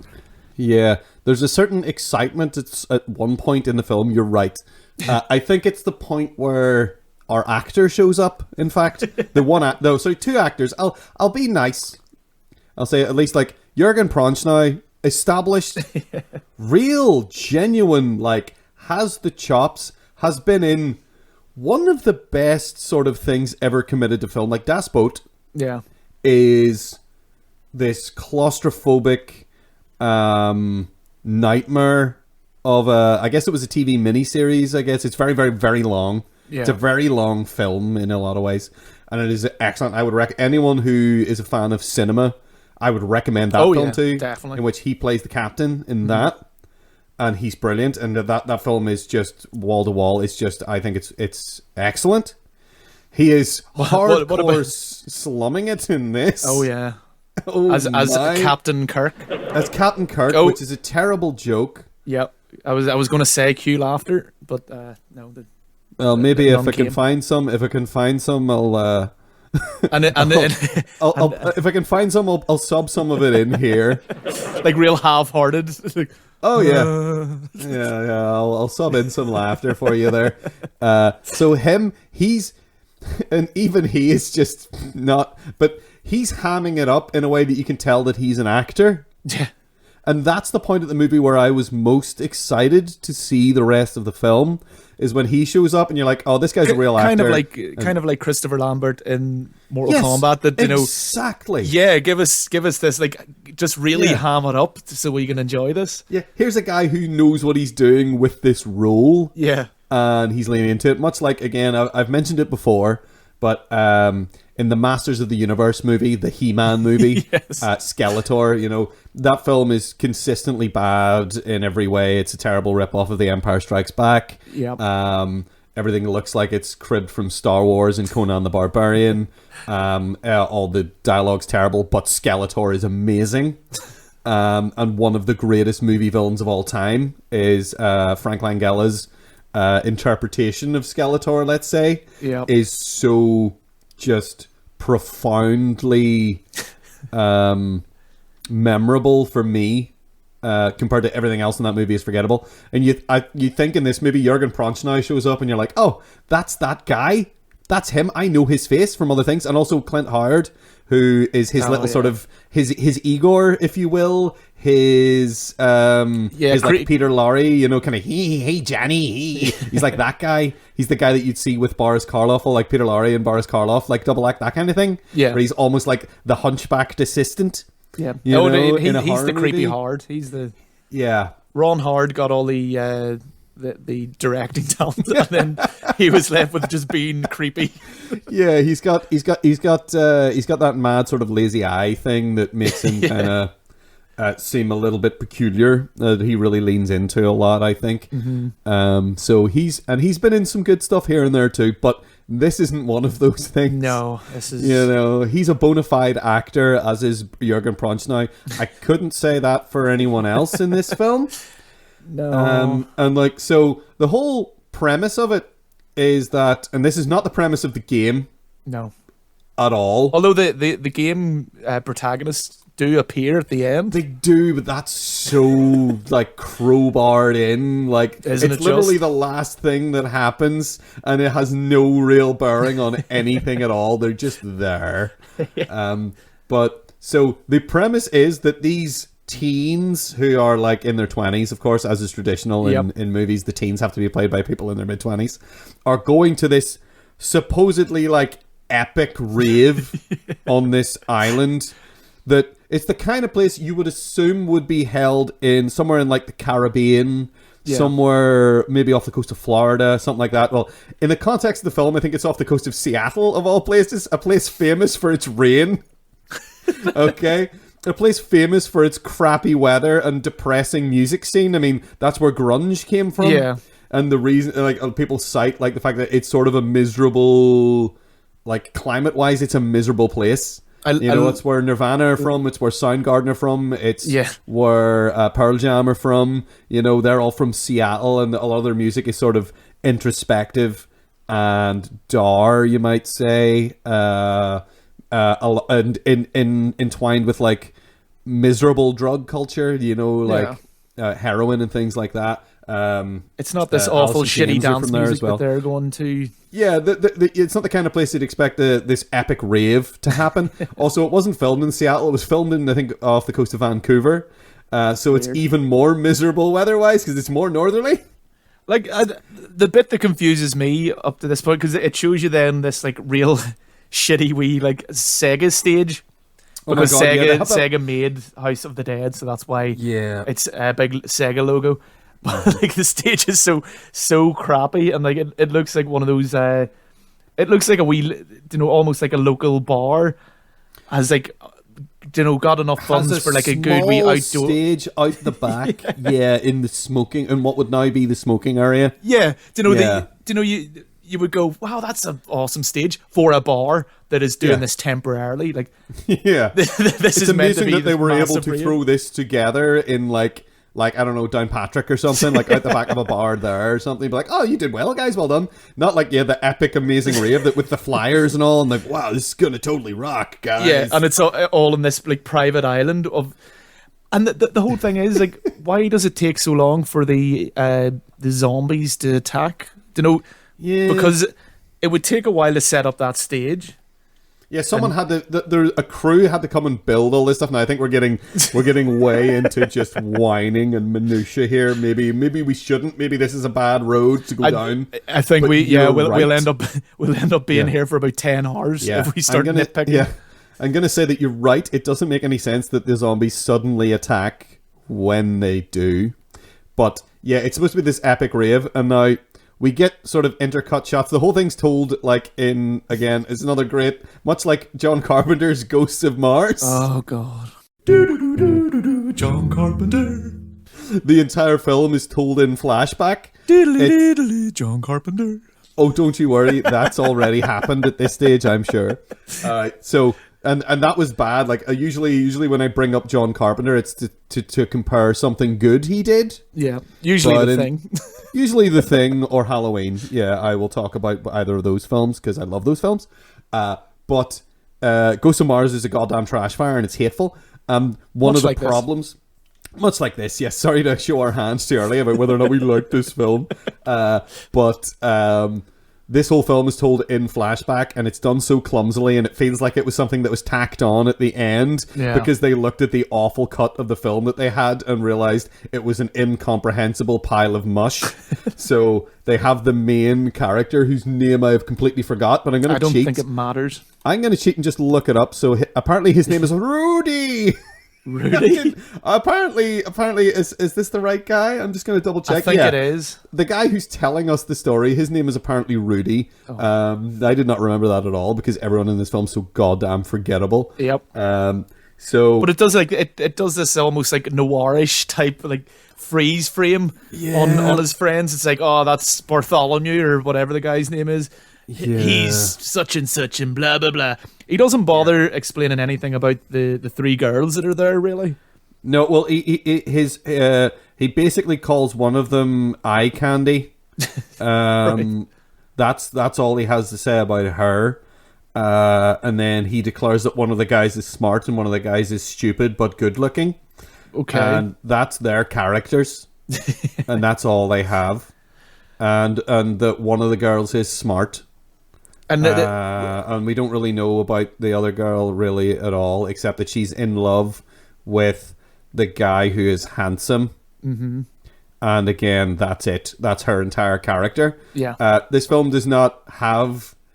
Characters. Doesn't really have characters. No, that's exactly what I was about to say. It doesn't have characters. It has two-dimensional pictures of people almost, just running around and spouting nonsensical dialogue to each other. And like, I mean, it's sort of emblematic of that is how poorly this is all structured, is that they are late to the boat to get to the rave. So then they hire Jürgen Prochnow. They hire the actor in the movie to take them out to the island. On his boat, which is called Lazarus. Oh, God, is it? I didn't even bit notice. On the nose. My eyes must have glazed over when that came up. So they pay him lots of money to take them out, but then he conveniently is also on the run from, I guess, the Coast Guard or the Harbour Guard or whatever this lady is. Yeah. That shows up shouting at him with a megaphone, and then they're in a rush to go out to, as they call it, Isla de la Muerte, or the Muerte means death. Apparently, they get told that, even though that's very obvious to everybody. Yeah, I think most people know that. Yeah, so they get out the island and he's conveniently smuggling things, which is why he wants to get away from the Coast Guard, which is, I was going to say important later, but it's not. Nothing of it is important. Nothing is important in this. Nothing is movie. important, you know. I mean, at one point, the characters, there's two of the characters about to have sex, and he calls it humpity bumpity. Yeah. Humpity bumpity. Oh, let's get some humpity bumpity. It's like, wow. Yeah. Has anyone ever said that? Has anyone who has said that ever got laid? No, only no one over the age of 8 has ever said that. So, yeah, they get to the rave. This happens immediately after they get to the rave, basically, and find that the place is in a shambles. They're all very casual about it, though. Yeah, which is nice, like, you know. When we get shots of the amazing rave, that is just cut in at random to give, I guess, to give you a meanwhile sort of thing. There's I'd say there's maybe about 25 people maybe at this amazing epic rave. Maybe I've been to better house parties. Yeah, I've been to people's shitty terraced house flats that have had more people in it than are at this rave. And it's not really very epic. They have a big Sega banner. Who knows why? The music is garbage. Our protagonists get there because they're late because they missed the boat. Find the place in a shambles and blood everywhere. Yep. And then they're like, gee, I wonder where everybody is. And no more thoughts. Like, this is really, one of them says at one point, this is really weird. And that's all you get. Yep. And then those two go off to humpity bumpity. Humpity bumpity. Which, you'd probably just immediately call the Coast Guard, I would think. Yeah. If you came across that or something, or the local police. But they don't do that. They have no phone signal for no reason. I think, there's something like that. But I think they do establish that they have no phone signal, but they never really explain why. I guess because it's on an island. Yeah, and that Captain Kirk guy still has his boat kind of which has a radio. Up, so they've no real excuse. But again, if we're going to go down this road of nitpicking, then we're going to be here a long time. We'll be here forever because there's so many nits to pick. This movie is just, it's clumsily put together. It's badly written. Things just happen out of nowhere for no reason. It's like at one point, one of the guys, like, after the zombies start attacking him, he goes to swim out to the boat, even though they can see all the zombies in the water. The zombies are weirdly capable and and they can swim very well. They have a lot of dexterity, I would say, these zombies, compared to other zombies. They can swim, they can think. There's one point where one of them, someone shouts out to the boat, and a zombie literally stomps out dramatically, turns around and puts his hands on his hips and looks at them like, excuse me, what are you doing there? Like he's affronted. Like, I'm a little teapot. How dare you? Yeah, he stands there like, I'm a little teapot. He comes out and he looks around at them dramatically. Like, excuse me, what? And you're like, oh wait, hold on, is that a zombie? And then you look at it like, well, he's got makeup on like he's a zombie, so I guess he must be. And like, so they swim and they use tools. And then when they're swimming, and anytime the camera is underwater, the music will be like, it'll have a filter on it, so it sounds like it's underwater as well. I find that absolutely hilarious. Yeah, that's really funny. It's like, sorry, is there a ghetto blaster strapped to the side of the camera? Is that what you're trying to communicate to us? Yeah, and a lot of the scenes where there's lots of zombies, and I couldn't help doing this because it's so badly framed. Yeah, that this isn't a nitpick. In other films, this would be a nitpick. Like in a proper action movie, sometimes you'll look at like people in the background during a fight, and you'll be like, all right, well, that guy's just over there with a pole staff or something, moving it around dramatically, but he's not really doing anything with it. He's just creating movement in the scene. Yeah. In this movie, whenever they're being attacked by waves of zombies, it's literally just, there's one zombie that's attacking a person and one person that's defending themselves, and then there'll literally be just a bunch of like extras milling around, not knowing what to do, clearly having not been told what to do. Yeah. Standing around, sometimes smiling like idiots, staring around themselves and wandering around and looking behind them and looking at like members of the crew behind the camera, like, what am I doing here? You can see the expressions on their faces of like, what the fuck am I doing right now? Is this like, they're almost looking like is this okay what I'm doing? It's like they're looking for reassurance. Yeah. You can see that all throughout the film. That is happening constantly. There's even one bit where they're being, I can't really remember at what point it is, but they're being chased in the forest at one point, and the zombies, I can't remember if they're somersaulting, they might be, but they're definitely jumping quite high. They do like that sort of bunny hop jump lot, where they jump and they fling their they fling their legs up in front of them straight with their arms out. But the springboard that they're using can be clearly seen. Like you can see them, like this zombie guy jump onto a springboard that has been positioned in the woods, and it just things like that where like so little care has been put into this movie. Like if you were a director who gave a fuck about your movie, you would look at that and go, "Oh fuck, I need to reshoot that," or "I can't use that scene." Yeah, we'll need to find something else to cut in there. You don't just use that. You don't just go, like, yes, things will always be missed, but I mean, this springboard is front and center of the screen. You see it clearly. A lot. Yeah, there's a point where there's an explosion for no reason, and zombies who are nowhere near the explosion are being flung straight up in the air, and you can see them jumping. You can literally see them do a little hop onto the springboard in front of them, and then jump up in the air. Yeah, which you'd think you would like try to edit around that, but no, that doesn't happen in this film at all. They just, I feel like in this movie they used every single foot of footage. Every single foot of film that they had was used and put in the film. And I feel like, and Uwe Boll had definitely seen The Matrix at this point. Oh my god! Because the amount of those 360 You want to talk shots. about the fake bullet time? That's just, they just put a camera on a circular track, I imagine, and have it spin around the actors, and where they just tell the actor, but they seem to be just telling the actor, stand very still. Yep. And we will just have, and like, it's not even them doing the things that are happening to them. I mean, I could see this being a thing artistically in another film, where when a character dies in this film, you get a shot of them, like, there's one girl who is being eaten by zombies and is on the ground and screaming for help. Yeah. And then it cuts to her standing upright, holding a gun out to the side by, like, with her thumb and her forefinger, like ew. And they have the cameras flinging around her, and then the screen goes red, and you're like, what was that? Yeah. What just happened? She was lying on the ground being eaten, and then all of a sudden she was standing on her own upright in the middle of a movie set. Because it's very obviously a movie set. They had the shot. Had to use it. And all the shots go in. And they do that a couple of times, but they don't do it consistently. No.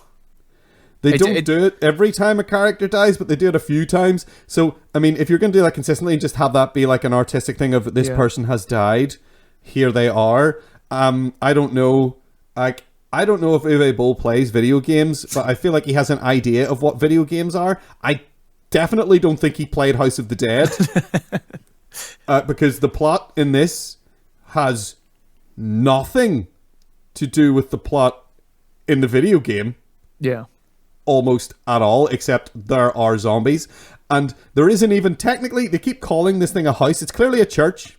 Yeah, that's right. But the House of the Dead is a mission or church, because it's surrounded by a graveyard. It seems like it's a mission. So it's not even a House of the Dead. The building of the dead. Yeah, it's the structure in the woods of the dead would be more appropriate. It has almost no bearing on the game, but to make up for that, I feel, and now this is, I don't know if this was in the theatrical version. I think this was only in the after it was released extended cut, which is the version. I think that's the only version you can sort of get now. They literally cut in footage of the game for no reason. Yep. Like completely random footage. Like, yep.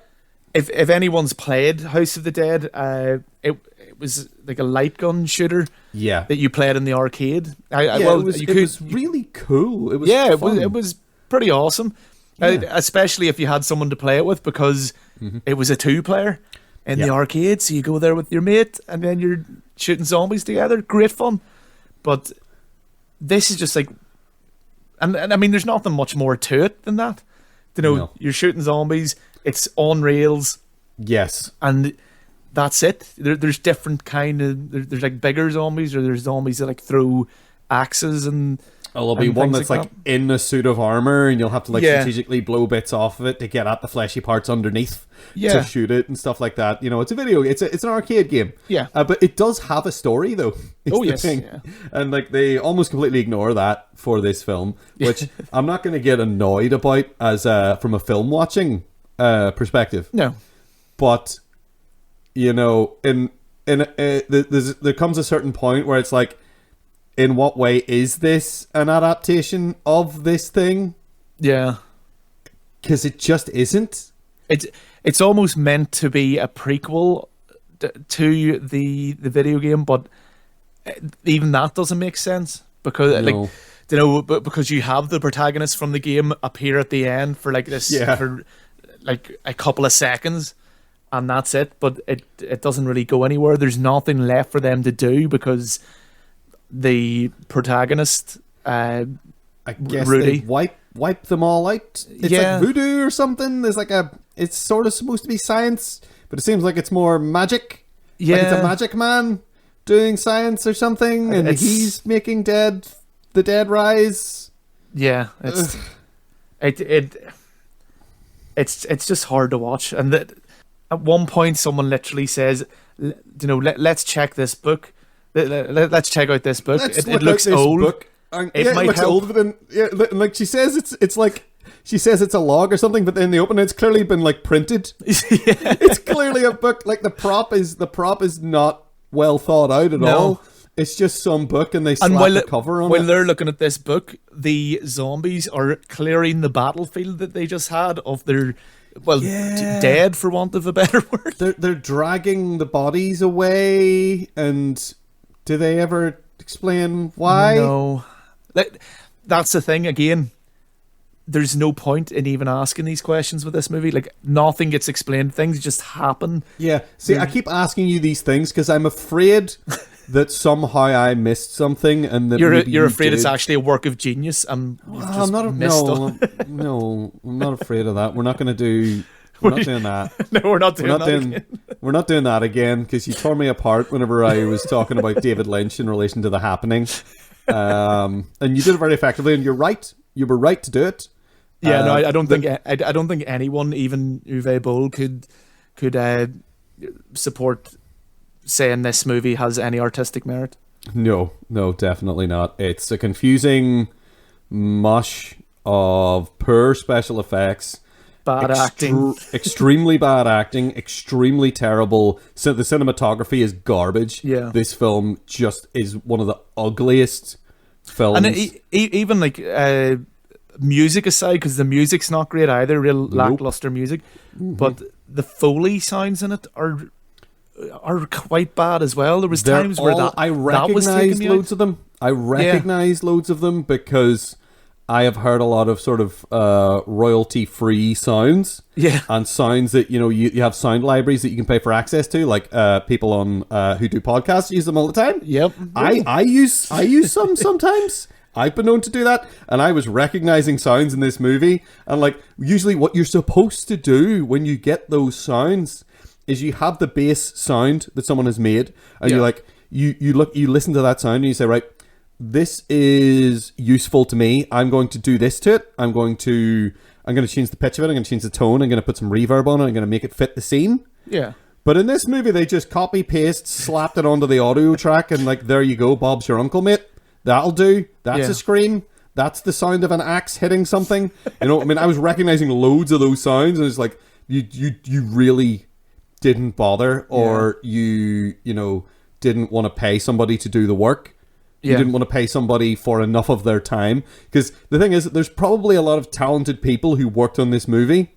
But, whenever you're just given it's all about what you're asked to do and what the director is going to be happy with, or what the studio is going to be happy with. So if they're going to be happy with you just slapping that on there, and you say, "I'll just put this on there," if they don't care about it, you're not going to care about the project either. You're going to be like, "Well, I'm going to do this thing they asked me to do because then I get my paycheck and I get to go home and feed myself and feed my family. Yeah. Fair enough. But yeah, it speaks of a laziness or just a sort of a lack of care at the higher levels when that is so consistent across the entire film. You know that is because, you know, that stuff all starts at the top. Yeah. Oh, definitely. So, This was a movie designed simply to try and get gamers to pay money to see a cheaply made, like, thrown together piece of crap. Yeah. They did not. I was going to say everyone involved, but just agreeing with what you're saying, like, you know, the ones at the top, the people who made the initial decisions, I don't think any of them cared about anything other than making a few easy millions or however much it made. Yeah. I mean, Uwe Boll has a history of just making whatever. Yeah. It's like he's given a spec of what this movie has to be, and then he just does that. Yeah. To the minimum degree. It's frustrating because, and it actually, it does make you appreciate the likes of Paul W.S. Anderson a bit more. Yeah, absolutely. You know, he's another kind of very, you know, jobbing director. He's not he's not going to be hailed at any. And well, like it could change. Maybe he will someday, but he's never going to be hailed as like, you know, the likes of Kubrick or Spielberg or any of those names, or Scorsese. Like, he's never, at the rate he's going, he's never going to be compared to them. He is there to do a job and to get it done, but he still seems to care, and he tries to do as much as he can with what he is given. But Uwe Boll just seems to be like, fuck it. Yeah, whatever. I'll just do whatever, and I'll get paid. I'll do the bare minimum to meet these requirements and make this movie. Because, I mean, he's made a bunch of other terrible video game movies. I mean, he made Alone in the Dark is like, this film is almost like that. Oh, I'm sort of entertained by this because at least it's constantly moving and there's constantly some nonsense on screen where you're just like, I don't understand what I'm saying. This is ludicrous. Yeah. So I was able to get through this movie. Yeah. But something like he made that Alone in the Dark movie with Christian Slater in it. That's Again, right. a real actor, okay, in this movie, right? And I don't know if you got to take these things with a pinch of salt because you never know if it's true. You know, movie studios are quite tight-lipped a lot of the time. Yeah. And things that go on, like on set and things like that. But at the start of the Alone in the Dark movie, there's just this big block of text telling you what's been happening up to this point. Yeah. And this is at the beginning of the movie and who the main character is. And the rumor is that he blew most of the budget on the rubbish special effects. And then they didn't really have the money to film the first chunk of the script, so they just turned it into a block of text and slapped it at the beginning to make up for that stuff. That's the kind of guy Uwe Boll is. That's the kind of movies he makes. So he made the Alone in the Dark movie. Did he make the sequel to this? Because there is a sequel to this film.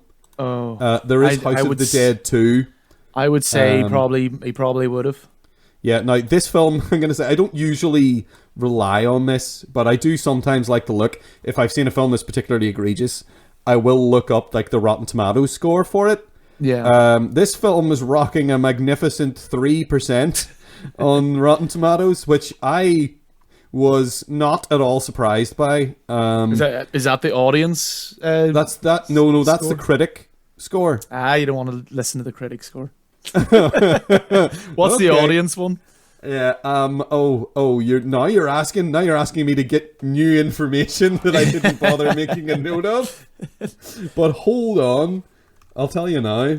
Okay, so the audience score for House of the Dead is a whopping 10%. Wow. See, that 7% matters. That is a 7% difference. Yeah. You're right, John. The critics just didn't get it. They just they just didn't understand the minutiae like your everyday Joe Public does. Yeah. When it comes to directorial intent. So no, I don't think he made the sequel. He did make. I mean, he's made some garbage. Like, he made Alone in the Dark, which is bad. He made the Blood Rain movie. Again, these are all video game movies, which was bad. He made In the Name of the King, a Dungeon Siege tale, which has kind of it has a cast. It's got Ray Liotta in it. It has a cast. It has a cast. Every film has a cast. No, but I mean, it's got like a cast of... You're a cheeky bugger. But well done for calling me up on that and being too vague. Okay, I'll be more exacting in future. It has Jason Statham. It has people I know. Yeah, it's got Ron Perlman and Ray Liotta in it. Oh, wow. Yeah, see you go. See, it's got a cast. And it's awful. He did the Postal movie, which is completely unwatchable, I would say. Oh. I think the Postal movie is just... I don't think the Postal games are bad to begin with. They sort of get by on being intentionally rubbish and tasteless. That's their whole thing. And they try to... And in a lot of ways, I guess that means he was successful because he made a tasteless, rubbish film that was badly made. Yeah. So fair enough. He did the Far Cry movie, which was boring as all hell. I mean, I don't think I need to read anymore. There's a few other ones that he has done, but he's consistently awful. Yeah. I don't think he's ever made a film that I would consider to be a good film or watchable. I feel like I'm really attacking him here, and whatever. Yeah, but I mean, we are, but at the same time, this guy's almost made a career out of wasting people's time. Because we aren't above. Yes, we do. I think we've a very eclectic taste in movies. We can watch some drivel and get something really out of it. Enjoy it. Yeah. We can watch. I love Commando, but I'm not going to tell people that Commando is a good film. Yeah. But I love sitting down and watching it for various reasons. And I do think it is important to have for whoever it may be making a movie, if they care about it. Yes, we still might not like it. There's definitely movies out there that I completely loathe that I'm sure a lot of love went into, but someone will latch onto it. Yeah. Someone will enjoy it, and I can't see anyone enjoying this because or a lot of those other ones. I haven't seen all of them, but from what I've seen of Uwe Boll's career, he just... That's all I can really... That's the only way I can really put it. He just wastes people's time. He makes... He makes 1.5 to 2 hour long time sinks, and that's it. Yeah. You'll get nothing out of it. He's like a way less profitable Adam Sandler. Oh, God. Yeah, because Adam Sandler for the last 15 years has just made... They're not even bad. They're barely films. Yeah, made, I mean, South Park did an amazing parody of him. One, yeah. When Adam Sandler is a hockey player and he can't control his farts, I guess. Something. Yeah, Cartman as Osimo just pitches all these movies with Adam Sandler in them, and and it gets to the point where you're just like, I could honestly see that happening. Yeah, I mean, he makes a huge amount of money out of films that are insultingly bad, I think. Mm-hmm. I don't know how profitable Uwe Boll's movies are, but studios and video game companies, I guess, or people who have been commissioned to make video game movies, keep paying him to make their films. So I guess they must see value in him in some way. Maybe he is incredible. I mean, looking at this movie seems like it was incredibly cheap. Yeah. It looks cheap. It doesn't look like a movie. It looks like it was filmed on the set of an episode of Goosebumps. Probably in between the Goosebump takes. He was sneaking on and just quickly we need to do this scene. It's so fake looking, it's ugly. I can't stress enough how poor the cinematography is in this movie. And it just is so poorly shot. And I can't imagine that there was much more than 1 or 2 takes for each scene. I can't see this being oh no, you didn't quite get it. This is just a rolling. There we go. Yep. Yeah. So again, I think it's it can be boiled down to when you look at the extras in the background who are supposed to be zombies. Yeah. You can tell they weren't told what to do. You can tell that the only person in the only people in the shot who have at least a vague idea of what to do are the actor who's portraying the character in the movie and the stuntman who's being the particular lead zombie in that fight, or whatever you want to call it. Everybody else in the shot is literally milling around and looking at each other and looking around them and looking at the camera and looking away from the camera because they suddenly realized they were looking directly into the camera and looking at people who we can't see, who are like, they're probably looking at the sound guy and they're maybe looking at Uwe Boll, who is probably just sitting there with a cigarette in his mouth staring at the ceiling or something. I don't know, but it's just like every single scene. Yeah, every single scene where there's something happening in the background. And it's not even, and as I said before, it's not even one of those things where I'm looking in the background intentionally. It's that I can't help it because it's so poorly framed that the camera's almost focusing on the extras. Because the cameraman probably wasn't really told what he should be doing and what the director wanted. He probably just said, point the camera at them and film it. That's probably, it looks like that was the most that was communicated. Yeah. And it's just the whole thing from start to finish was, as you said, John, I feel like he wasted my time.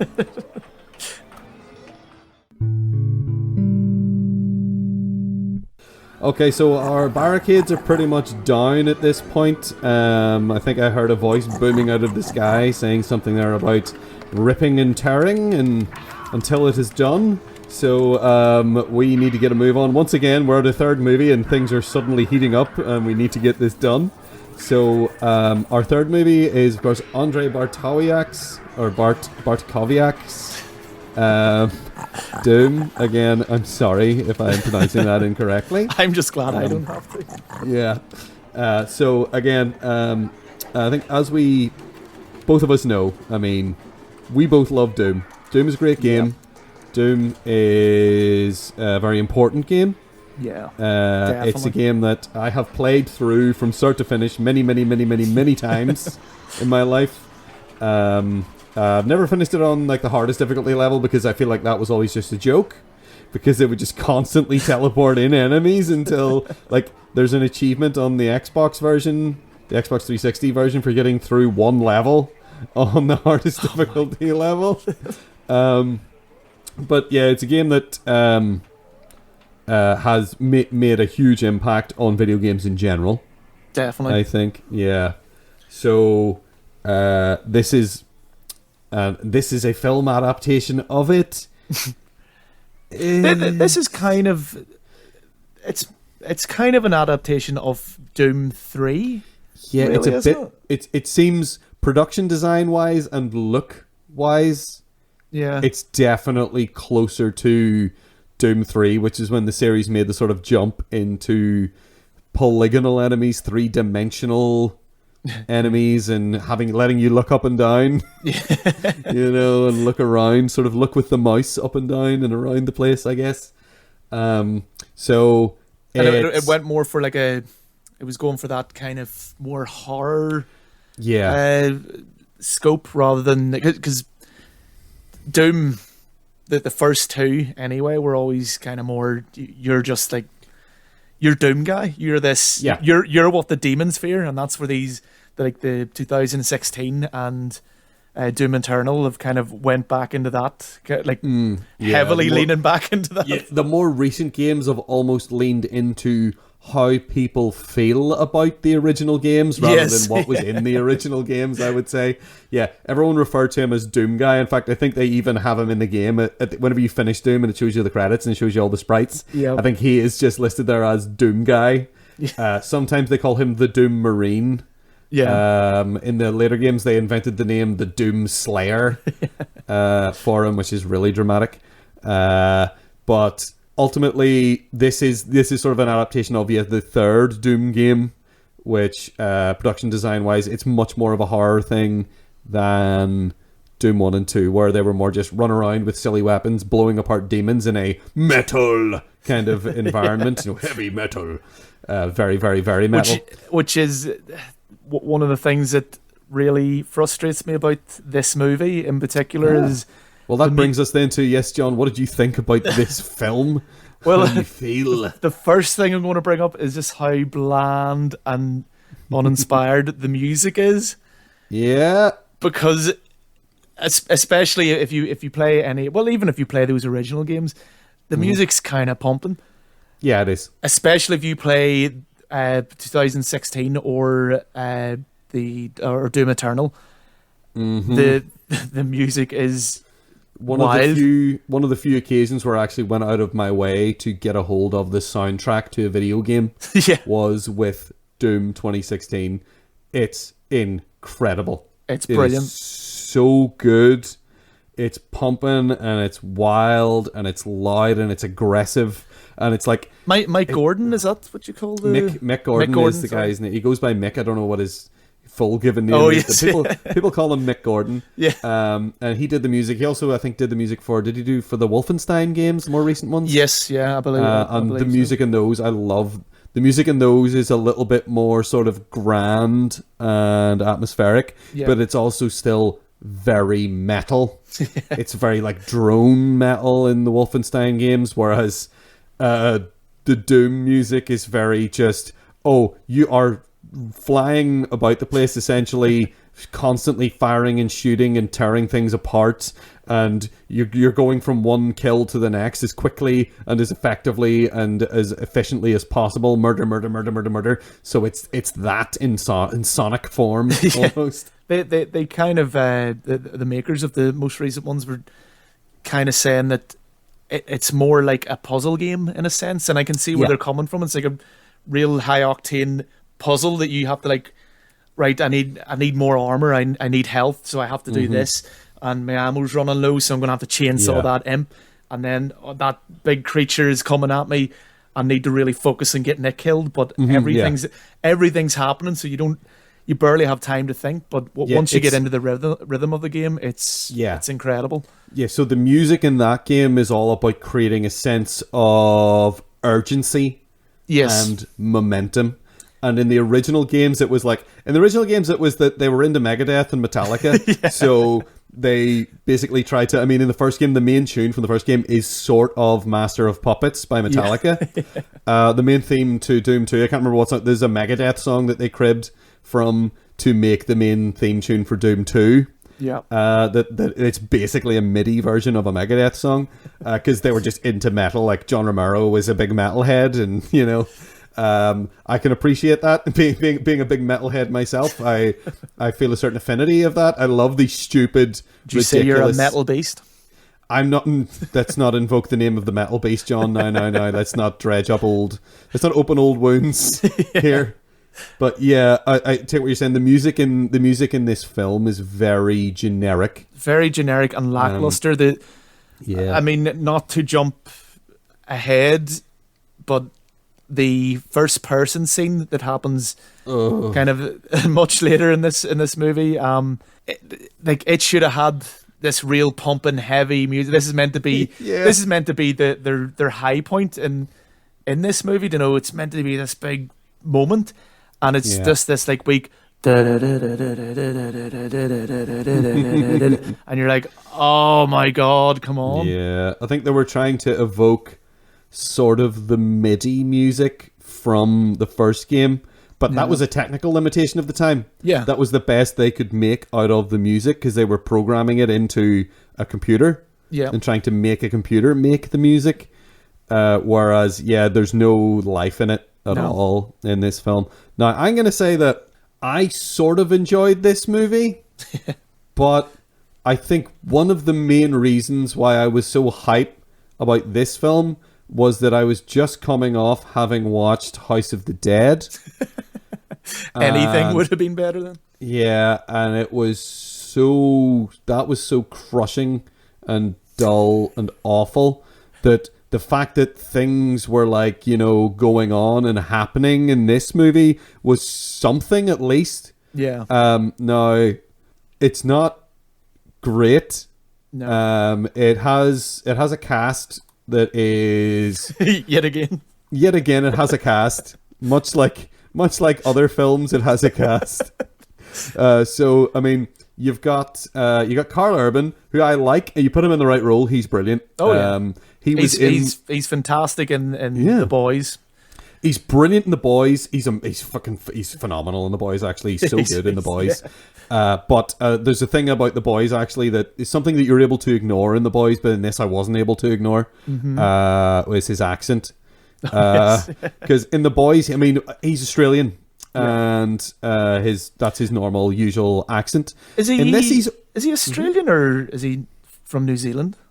Oh, have I just done a terrible thing? Oh, you've just done the really, really horrible He's originally thing. from New Zealand. He's from New Zealand, you horrible. Oh my god! Oh my god! I feel like I should just hang up my earphones and give up now. Should I? Is this it? Okay, that's it. Like, so, any New Zealand listeners automatically have just switched off. All you Kiwis out there, I'm so sorry. Much like I apologized to the director of this film for probably butchering his name, I now apologize to you for doing that. Okay, I'm going to reset my brain now.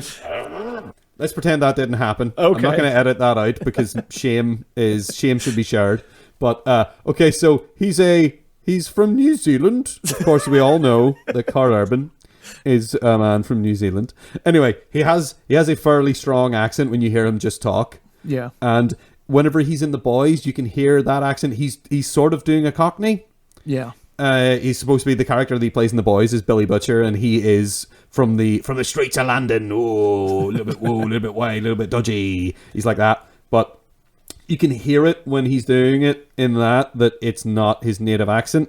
Yeah. And that his New Zealand accent is bleeding through. But in The Boys, his performance is so strong that after the first few minutes of watching The Boys, you don't care anymore because everything is so well done about that show that it's so well written. His performance is great and enthusiastic, and he throws himself into the role in such a way that you're just like, that's just the way Billy Butcher talks. You can write it off as being like this guy that's maybe used to live in London and has lived in America for like over a decade now, and he's losing his accent. Maybe his accent has changed. Like, and you kind of don't care. And his performance is so strong. And his when he's in Dredd as well, in which he plays Judge Dredd, he's brilliant. His flawless performance in that, as far as I'm concerned.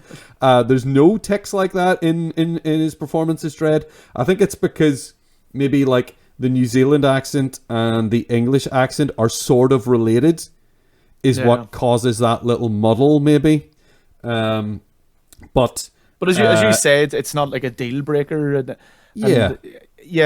He's one of those actors. He seems like he must be a big nerd because he takes a lot of these like comic book or like nerdier and video. Yeah, he's in this video game movie, and he was in obviously Lord of the Boys, Rings, and he was in Dredd. They're both adaptations of and Star Trek, and he's in all these like kind of nerdy things, and he does seem to like really throw himself into the roles, which I can always appreciate. This one, it's hard to say, really. It's hard to say if anyone really wanted to be in this movie. It's inconsistent, because Rosamund Pike is in this movie as well. And she is very bored. She's an excellent actress.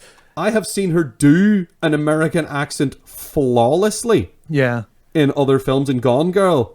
In this, she is all over the place. Now, this is like many, many years before. Yeah. Obviously, this is 2005. I think she might have just been very aware that in this movie she's basically there to spout exposition to the characters. She is our exposition vent. Yeah. She tells everyone what's going on, why it's happening. And she's also there as a sort of a MacGuffin for Karl Urban's character because John Reaper Doom guy. John Reaper McDoom guy. Yes. Well, I think of him as the Doom Marine in this, but he has a name. But, you know, they're brother and sister. She's a scientist that's been working on Mars. Yeah. Apparently we can get to Mars through a magic portal they found in the desert. That's just how they explain how they get back and forth to Mars so quickly. Mm-hmm. I guess it's a teleporter. Now, in the original plot of Doom, the story is that they were building teleportation technology on Mars. Nerd! Yeah, exactly. Yeah, absolutely, yes. They're building it. The story in Doom is they were building a teleporter, and instead, much like Event Horizon, actually, I think Event Horizon sort of takes the story of Doom. Instead of ripping open a portal to the place they wanted to teleport to, it tears open a portal to literal hell, and demons start pouring out and invading Mars. Yeah. That's the story of Doom 1. In this, not so much. But anyway, she is a scientist who is working on, I guess, it's an archaeological dig because they find ruins on Mars. Yeah, well, whenever this squad of special agents go up, the Marines. UAC property, Marines, exactly. I think you've mentioned Marines about 3 times, and they're Space Marines. They're Space Marines.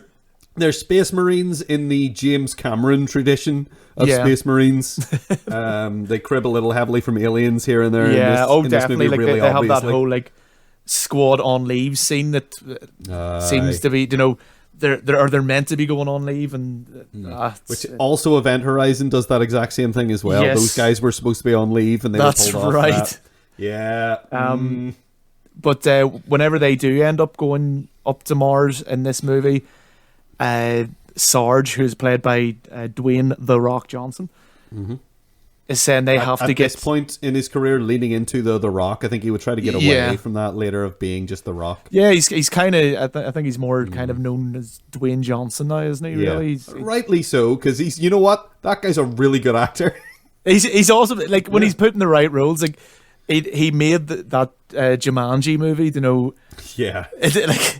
He's great in that. And he's just... I mean, anyone who I can't dislike that man. He's such he just seems like as fuck. He just seems like this massive source of positivity.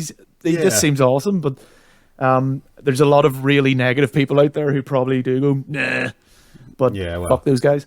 How negative of you, John. Stop that. But so the Rock, who's playing Sarge at this point, he mentions that they have to get data on the things that they're the UAC.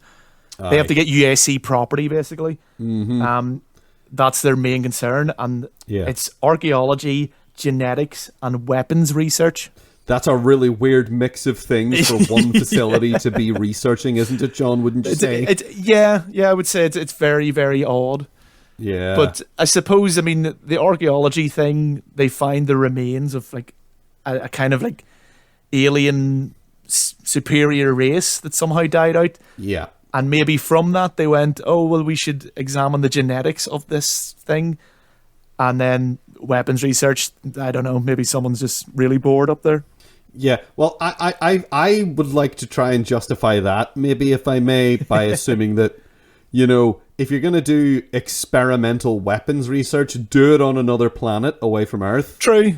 You do have the Bioforce gun. Because Mars, we'll get into that in a wee minute. But in the sort of the thought of, if you're doing experimental weapons research and you have a terrible disaster that creates an awful ecological event, maybe. Yeah. Mars sucks and there's nothing there, so who cares? Essentially, I guess. So if you're going to make ridiculous weapons that go boom real bad, do it on Mars instead of the Earth, fine. I'm okay with that. It's weird that they're all in the one facility, though. Yeah. You'd think you'd do that around the corner, maybe, or somewhere else. The facility does seem quite big on the kind of establishing shots and stuff, but it unfortunately, I mean, this movie does suffer from a lot of things, and one of them is that half the time I'm not sure where anyone is. Well, at the very end, relative to everywhere else. Yeah, where are these people? Where are these people relative to these other people that we were just seeing? How big is this place? How far is the teleportation chamber from the place where they're holed up in the science labs? Yeah, it's not clear. Yeah, it's all over the place that way, and I mean that's just one of many problems. I actually didn't even realize when the monsters appear, I thought they were all kind of the same, but apparently there's some that are meant to be. If for anyone who knows the games, there are some who are imps and there's some who are barons or hell knights, and but they all seemed indistinguishable from each other. Whenever they're shooting the ones that are, as you say, imps, which would be the sort of more thinner, more sort of agile, smaller-ish ones, still bigger than people, but jumping about the place and stuff. They shoot them a lot in darkness, so it's hard to tell whenever they're... And now maybe that's a concern of maybe they knew that maybe the effects wouldn't look good if they were well lit, which is an intelligent decision, again, from a cinematography standpoint. Yeah. And again, the director of this movie, we should mention, is more of a cinematographer than he is a director. He usually is. He has a lot more cinematography credits, and he's been the cinematographer in a few good films and a lot of shit films as well. You go where the work is. Yeah, exactly. You know, he's another one of these like doing the job kind of guys, maybe I guess, who is good at what he does when he's doing his thing. Because he's the cinematographer for Falling Down, which is a film that I have a lot of time for. I like that movie a lot. Yeah. So maybe that's an intelligent thing to do in regards of maybe you have this effect or you have this practical effect maybe, and you look at it and you go, oh, that doesn't look good when we light it, so maybe we'll have the lights be off for most of this scene. Like there's that scene where there's sort of a pit in the ground that has electrified sides. Yeah, the cell. The cell, indeed. It's an electrified cell. And there's a man who's fighting one of the bigger ones in there. And you don't really get a good look at it, except whenever like the electricity sparks off the sides of the place. That's right. So that seems like maybe that was maybe intentional there, because they didn't necessarily want you to get a good look at it. Yeah. I don't know, but... Well, like, I mean, I would definitely say that was the decision, because even those establishing shots that I was saying earlier, they don't look great. They're very, very dated, even for, like, you know, this is 2005. Yeah. This movie was made. They do not look good for that. For 2005, even so, no. I can imagine. I'm sure a lot more money was spent on the creatures and all that, but it makes sense as well. As we said, they're kind of basing this more on Doom 3 than any other Doom game, so it makes sense that they would have this in darkness and all that. And it's much more of a horror movie. It tries to be, but I think it kind of fails on that as well. Oh yeah, there's never a real sense succeeds. I'm just saying that that's sort of what it wants to be. And what it is. Yeah, it fails in the sense that there's never really a sense of tension in the movie. No, as well as far as I felt. You know, there's a character called Goat, the uber religious guy who ends up getting bit by an imp or one of these creatures, and he dies, and then he comes back as a zombie thing. And there's a really bad scene when he still must have, you know, some part of his mind left there, because he decides to bash his own brains in the glass. Yeah. And it's the most unconvincing fucking thing ever. You can tell, like, there's no impact really of his head hitting it. You know, he's just been told, the actor's just been told, just do that and we'll fix it at post. Just you keep... Yeah. It's like, you're going to fix this in post, right? Oh, yeah. You carry on. I mean, there's like, again, jump scares. There's a handful of them. They don't do a lot of them, but there's like a ridiculous one where the doctor who is turning, called Carmack, I believe, which is a wee nod. Yeah, John Carmack, who was like a lead programmer on the game initially. Yeah. He like kind of just jumps up out of the seat, really, and it's one of those like real cheap wee like, oh, fuck off. Yeah, they just did it for the crack. It's like, it wasn't really, it's just, he jumps up and is scary. Ooh. Yeah. And rips his ear off for no reason, except that it's just so obviously, like, there's no reason for him to rip his ear off. No. It's just so that later on, when there's a monster, they can say, "Oh, look, it must have been him because it's missing an ear." A monster trapped in the nano wall. Yeah, the nano wall, which I understand. There's a guy in this film. His character's name escapes me. Duke. That's it. The guy Duke doesn't like walking through those. Yeah. Which I think if I existed in a world where those existed, I wouldn't like walking through them either. No. It seems. I'm not even sure why it malfunctions, really. Do they hit the panel or something? Yeah, that's what happens is somebody punches the close button a bit too hard, and then that makes it busted. Yeah. And then we have, so that's not very well explained. It's a real throwaway thing to create. And, oh no, we have to get out of here because we broke the thing. I punched it too hard. It's like, that's not part of the narrative. That's just like, we needed this to be broke so that it's not an effective defense anymore, so they have to get out of here. So they have somebody hit it really hard. I think it's The Rock actually hits it really hard. Probably, yeah. It's the kind of thing he does. Yeah, he's got big fists, so it's actually really weird to watch this, because somehow, and it seems almost impossible, because he's not small in this movie. No. But if you look at The Rock now, he's like double the size. I thought that too. I was like looking at him in you see him sometimes in like silhouette, and you're like, is that him? Yeah. Because I'm used to seeing him being like it's his, I guess, is it your traps, the muscle that goes from your shoulders up to your neck. Yeah. Like in this movie, I wouldn't know. So I don't much. Have them. Me neither, but but it's kind of thing, you look at Dwayne Johnson now, and like they are just this huge pronounced thing. He's just his shoulders are massive and all that, and he's still a big guy, but yeah, like compared to what he looks like now in this movie, he looks more human than Truck in this. Yes, he does. He looks a bit more human. Yes, he's massive now, but like even at the when it's introducing this whole team, all these Marines. You really don't need to know any of them bar Sarge, which is The Rock, and Doom Guy, which is Karl Urban. The rest are all kind of disposable and don't really get much of a character. There's one who's an asshole, and that's about it. He's a creepy asshole. There's one who's a creepy asshole who is played by a guy who often gets cast as creepy assholes. Sorry, mate, but he looks like a creepy asshole. Richard Brake.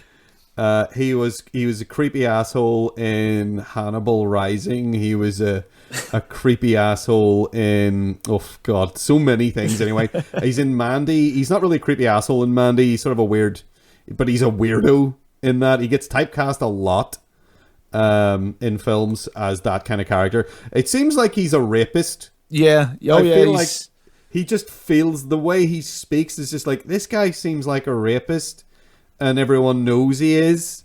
And no one cares. When they first get to that facility, one of the first things, if not the first thing, he does is go up to a group of women and basically is just really creepy with them. I forget what he says, but he tells them that he has to strip search them. Yes, that's it. Yeah, so and I think at least they're at least vaguely self-aware in that, eventually Sarge shuts him down with that stuff.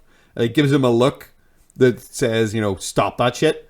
But also is weirdly tacitly sort of, almost like not disapproving of his behavior. No, it's... Yeah, so fuck that shit. But, as far as, like, this being a good film goes.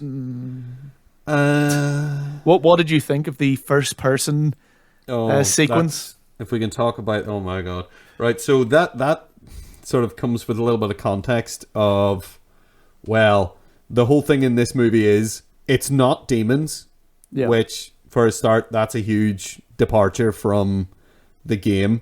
Yeah, it's like extra chromosomes. It's like genetic engineering, basically, of the people that lived on Mars or whatever, and then they escaped to Earth because being bad, if you get these extra chromosomes and you're a bad person, then you turn into a literal monster. Yep. And if you're a good person, you basically turn into the Wolverine or Superman or something. It's not too clear, but you become good and strong.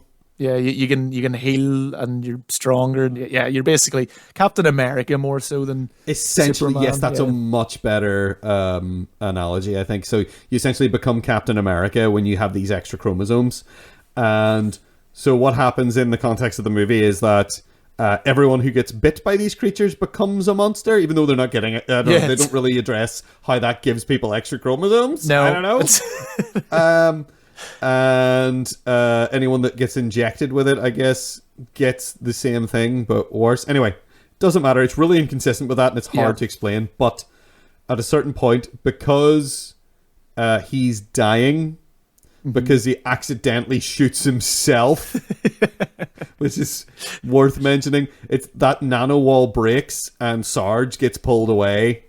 And you're like, oh no, he gets pulled away through the nano wall. And then Karl Urban is shooting at the nano wall, and it becomes solid for a second in front of his bullet, and then it ricochets back and hits him. Yeah. So he's dying. So then Rosamund Pike, who's done all this, knows all about all this research all of a sudden now, tells him, oh, this makes you gooder people. It makes good people better, basically. So she injects him with it, so that he will heal and not die, but then he becomes superhuman.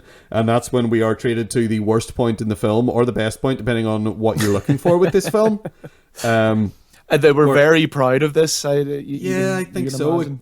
It goes on so long as well, where all of a sudden it's like you're suddenly seeing everything from his perspective with the gun up, like you would if you were playing Doom. And it's...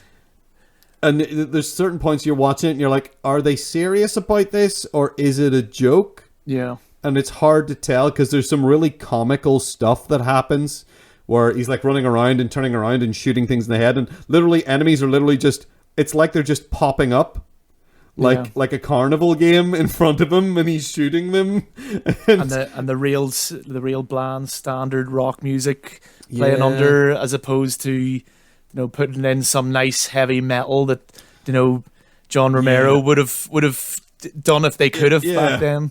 Yeah, something that maybe the makers of Doom might approve of if they had the technology to just straight up put some like 80s Metallica thrash in there. Or just get Mick Gordon to just write something mental for it, although that all happens much later. Yeah, this is pre Mick Gordon doing the music for the games era, so you can't really blame them for that. But you can see this being a more enjoyable film with that kind of a soundtrack. Oh yeah, absolutely. Yeah. It would breathe a bit of life, because it does seem like a real lifeless kind of. There's not much energy in this movie, despite it being all about these Marines with the guns and monsters and blah blah blah. It just, for me anyway, it just never seemed to really get any traction, or nothing seemed to really feel like it was happening. Yeah, there's not a lot to hang on to. They try to have like a humanity sort of moment with Doom Guy and Sister, where they have a history of like their parents died in the archaeological dig, I guess, that she's still there researching. That really funny. It's not supposed to be funny, but I was laughing my leg off. He's looking out the window. The audio only flashback. Yeah, where you hear their mother and father talking to them, and then going and getting crushed by rubble, and it feels really everything's so perfect. Ha ha ha. Yeah. Ha ha. Oh no. Yeah, they're laughing around and playing, and you can hear them like, "Oh, don't be playing over there! Oh no!" And then the rumble, rumble, rumble of falling stones, and then for some reason. I think it's Dwayne Johnson comes up behind him then and says, "Is this where it happened?" And like, could you hear his flashback? Did you hear the flashback he was just having inside his head? He has a very noisy head. I guess so. Yeah, so they try and do that. They try to give them like a backstory so that maybe you care about them as characters. Yeah. And you try to have they have this familial relationship between the two of them. Yeah, she even points out that he was smart enough, he didn't have to become a Marine in that sense, because she has this wonderful line. Oh, microscope. Does it ever bother you that you could have spent your life looking into a microscope instead of a sniper scope? Yeah, so cringy. Yeah, because scopes, right? Yep. Microscope, sniper scope. Yeah. I just imagine whoever wrote that felt really proud of themselves. Yeah, I thought that too. I was like, that's revolting. That joke is revolting. Oh, it's horrendous. But I was approaching this entire movie with just a big smile on my face because I was deliberately not taking it at all seriously. Maybe further than maybe someone else just coming in cold might. Yeah. I think coming off the back of House of the Dead was like, I feel like I need to enjoy something, so I'm going to enjoy this. But yeah, it's huge problems. I mean, and again, this is fairly early in Dwayne Johnson's career as an actor. Yeah. So do you know that he turned down the role of the protagonist? He turned down the role for the Doom guy. He wanted to be the villain. Yeah, to play Sarge. Yeah.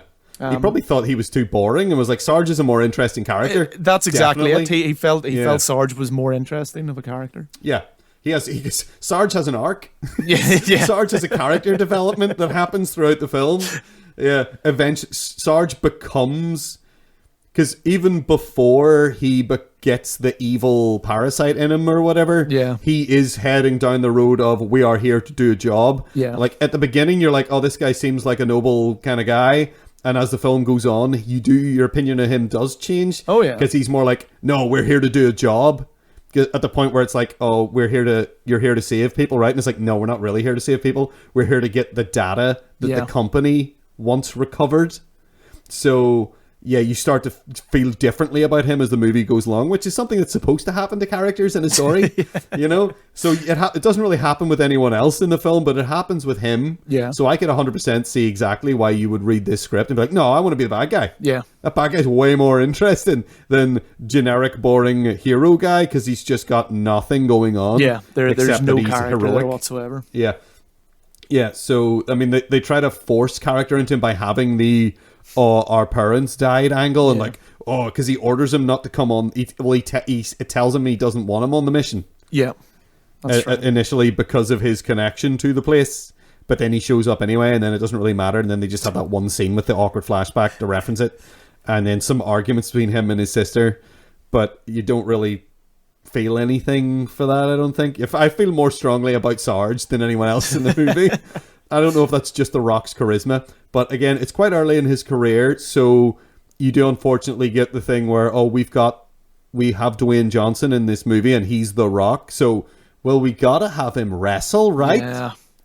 That whole, final confrontation between the two is... it's so out of place and so disappointing for a movie that is about these kind of hell-like creatures. I know they're kind of ditched the whole idea that they come from hell, but... They ditch it, but they keep referencing it, which annoys me. And they keep saying... Because he even says, this place is hell. Yeah. And you're like, yeah, but you mean that metaphorically, not literally. In the game, it was literal. It was literally hell. Yeah. And you keep bringing it up and reminding me that you ditched that. So stop it. Commit to your premise, goddammit. Don't try to have your cake and eat it too. Ugh. But yeah, that whole fight, because there's bits during, where The Rock is slowly becoming more of a monster man. Yeah. And Karl Urban is hyped on having extra chromosomes and being stronger. And there's a certain point during that where it just turns into a wrestling match. Yeah.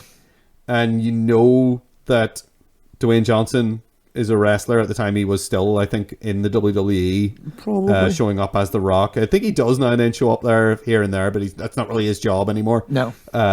But...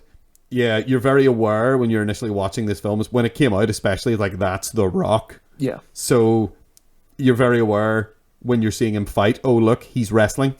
And they're doing wrestling moves. And look, there's a suplex. Yeah. Look, there's that punch that wrestlers do that always looks super fake. That they stomp on the ground and hit at the same time to make it seem like it's more impactful.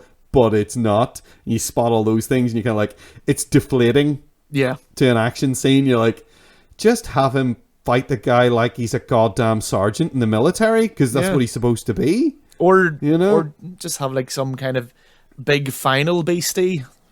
Yeah. Have him fully transformed. Yeah, I think maybe they were banking a lot on having Dwayne The Rock Johnson in this movie as much as possible. I think maybe that's it. They were maybe hesitant to have him fully turn into a big Hell Knight or whatever. Because it looks like he is throughout that fight, even he is getting more and more monstrous. Yeah. But he never fully gets there. He's always recognizable still as that guy. Which you can understand them wanting to do that, but yeah. you're watching a Doom movie, you want to see big friggin' demons like ripping at shit and things exploding everywhere, and maybe to be true to the game, maybe somebody accidentally setting off a rocket launcher at a wall right in front of them and blowing themselves up, because that's something I used to do a lot in Doom. I should mention, like, briefly that the latest movie, I think, was it 2019 or maybe I think it was. It came out, I think, maybe just before the pandemic began. Yeah. It's not great either. It's no, it was universally panned. Yeah, it's a steaming pile of garbage as well. It seems strange. Like I don't know. I think you could do Doom in a movie form pretty well. I just think you almost need characters who aren't Doom Guy to focus on, while Doom Guy is just like a force of nature. He's more like a Godzilla, like, or King Kong like creature, because he doesn't really have he should just be there to show up and wreck stuff. Yeah, like that's the best thing that happens in the 2016 game is that the is it Samuel Hayden? Dr. Samuel Hayden, or S. Hayden, or Satan. So once Doom Guy gets kind of resurrected or whatever, they're like going, oh, you have to carefully like take this thing out, and Doom Guy is just he just punches stuff, and he just it's like he's trying to get him to turn off a power generator, and he's like, okay, now you're gonna want to put your hand underneath and feel for the screws, and slowly he's basically talking through this delicate process of turning this thing off, but then the character just like looks down at it and just starts kicking it until it comes off, and that is the perfect thing of what the Doom Guy's attitude should be to everything. This thing is in my way. I'm just going to destroy it and move on to the next thing. Now, I think they went more with the whole actual demons and stuff, apparently, and it's Doom Annihilation. Same subtitle as the Mortal Kombat sequel, funnily enough. It's one of those, it's the most generic. So generic. Like, title you can put on anything, like, you know. Yeah. And there is actually a very good... I know it's not really what it is, but there's a film I like a lot, actually, that came out a couple of years ago, just called Annihilation. That's very good. Yeah. I like that film quite a bit, actually, but it maybe suffers a bit from just being called something very generic like that, although it makes sense when you see the film why it's called that, but it's a bad subtitle to have. And definitely. It's lazy, and it's almost like in video games especially, you get a lot of words that get overused, and that is one of them. Also, the word origins is one that's really overused as well, or revelations or revolution. They like to stick on subtitles of games, and it's just as bad when you do it in a film, I think. So I had an entertaining evening watching this film, I would say. I don't think it's very good. No. If I had to I would watch this over House of the Dead, obviously, but... no question. You know, I think it's... I still didn't enjoy it. It was, as I said, just kind of didn't feel like it really got going at any point for me. Just... Just lack of energy. Yeah, it's the whole... I don't want to be vulgar, but it's just sort of like a wet fart. You know? It's like you feel like it's gonna... You feel like it's going to be something, and then it's just this long, drawn-out disappointment. Mm-hmm. You know? Although, like, and the cast, it has a really good cast. Like, as I was saying before, it's got Dwayne Johnson, it's got Rosamund Pike, it's got Carl Urban, who's very good. It's got Dexter Fletcher, who's a guy I have a lot of time for, and is like, nowadays is a legitimate filmmaker. Yeah. Like, he makes really good films. Like, at that time, I saw Dexter Fletcher, and I was like, being a child who came of age in the 90s. Yeah. I remember him a lot from the TV show Games Master, the UK TV show. That's right. He presented that, and I used to watch that show religiously, I would say, almost. I never missed an episode. I thought it was great. He did like the second or third season of it, was how he presented it. He was in, was it Biker Grove was he in before that? He was in something else, some kids like show. That, yeah. It was Press Gang, actually. It was Press Gang. Press Gang. Press Yes, Gang that's right. that he was in. And subsequently, he was in this. He's in Lock, Stock, and Two Smoking Barrels. He's the best character in that film. I think he's the chef who might be a psychopath, but you're never really sure. He's like in favor of, he doesn't want them to bring guns. He like shows up with a bunch of knives. And he's like, what do you bring knives for? We've got all these guns. And he's like, guns for show, knives for a pro. Like, that guy's insane. So I like him. His performance, again, much like the other accents in the movie, he's English and he's doing an American accent, and it's not good. No one's accent, that anyone who's doing an American accent that isn't American in this movie, it's just that it's very obvious that they're not American. But he's gone on to make, I mean, he's won Academy Awards now, you know, like he did there's a Bohemian Rhapsody and Rocketman, both.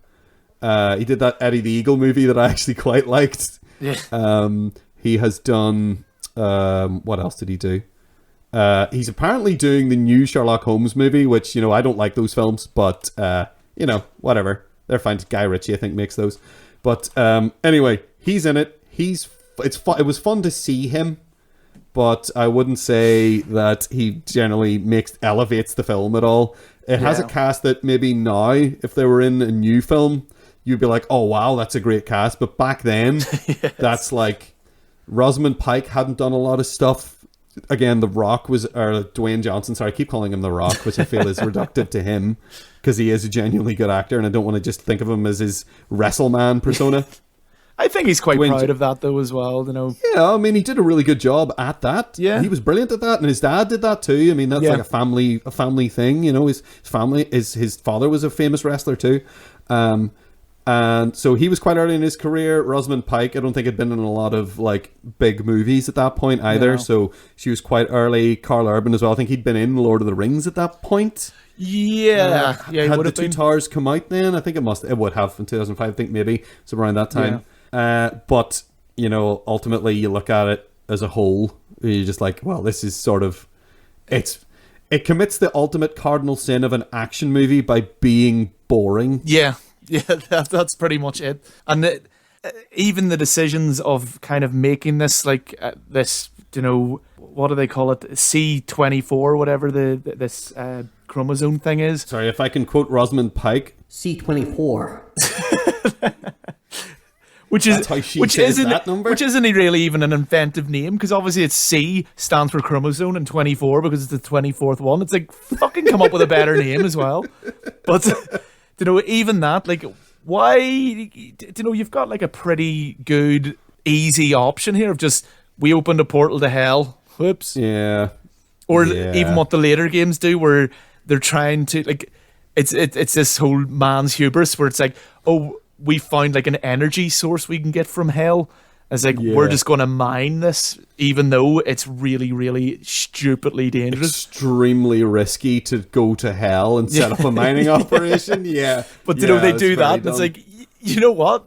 Lean into that shit. But they try to do this, like, weird... I don't know. It's like someone just decided that, no, I want this to be about weird chromosomes that make we want to throw in genetic pseudoscience. Yeah. For some reason, I don't know why they thought that. And when they have a baked-in premise of a really simple baked-in premise of we tried to use a teleporter and instead it opened a hole to hell. Yeah, that's fine. I'm fine with that. And like that, and that's something that can be explained literally with like in minutes. You know, 5 minutes explains that. You can do that so well. There you go. The rest of the movie, do whatever you want. Have focus on whatever characters or. Mm-hmm. Try to humanize Doom Guy. I personally think it's a mistake, but go for it. Yeah, because he's not like, he doesn't have a character in the game. No, really. He's just the wee, like, especially if you're looking at like the original games, he's just the wee face at the bottom that shows you how much health you have by how messed up he looks. And yeah, when you get hit, he goes, and sometimes, you know, that's it. That's all he needs to be, which they lent into with the later games heavily. Oh yeah. But in this, it's just like, I don't care about Doom Guy's sister. No. You know, I don't care about the fact that he's an orphan. Or it doesn't need to be an orphan. But anyway, yeah, we're harping on like nerds here and getting too deep. Ultimately, as a film, I think it's not... as an action movie, it's not great, and as a horror movie, it doesn't work at all. No, I don't think. They have a few dark scenes. They have the obligatory, someone went into a toilet on their own in this effect, what is effectively a horror movie. They're not coming out again, and that happens, and it's cliched, and it's not scary when it happens. You think, this could be a fun moment of tension, but then it just isn't. Yeah. It just, all those things, it just fall flat. But yeah, ultimately, I think it's so and boring. Yeah. Okay, well, I think the end is near, and we're getting close to the game over screen. I'm sorry, I'm trying to be like someone who doesn't know anything about video games, trying to talk about video games on like a TV show or something. Is that coming across okay? You're coming across as a bit of a noob. Ruffle is what I say to that, son. Oh, Jesus. But anyway, yes, well, we're getting, as often happens, we're once just conveniently, since we finished talking about our third movie, all of a sudden things are suddenly very urgent. So now we need to establish two things. First of all, we need to establish which of these was the best movie. What do you think, John? How do you feel about these three films? I think we can discount House of the Dead completely out of hand straight off, because it's almost a crime. I think we had to stop talking about that before we got angry. So, I think it's pretty damn obvious that for me, Mortal Kombat was the one I had the most fun with, and that I can get the most out of.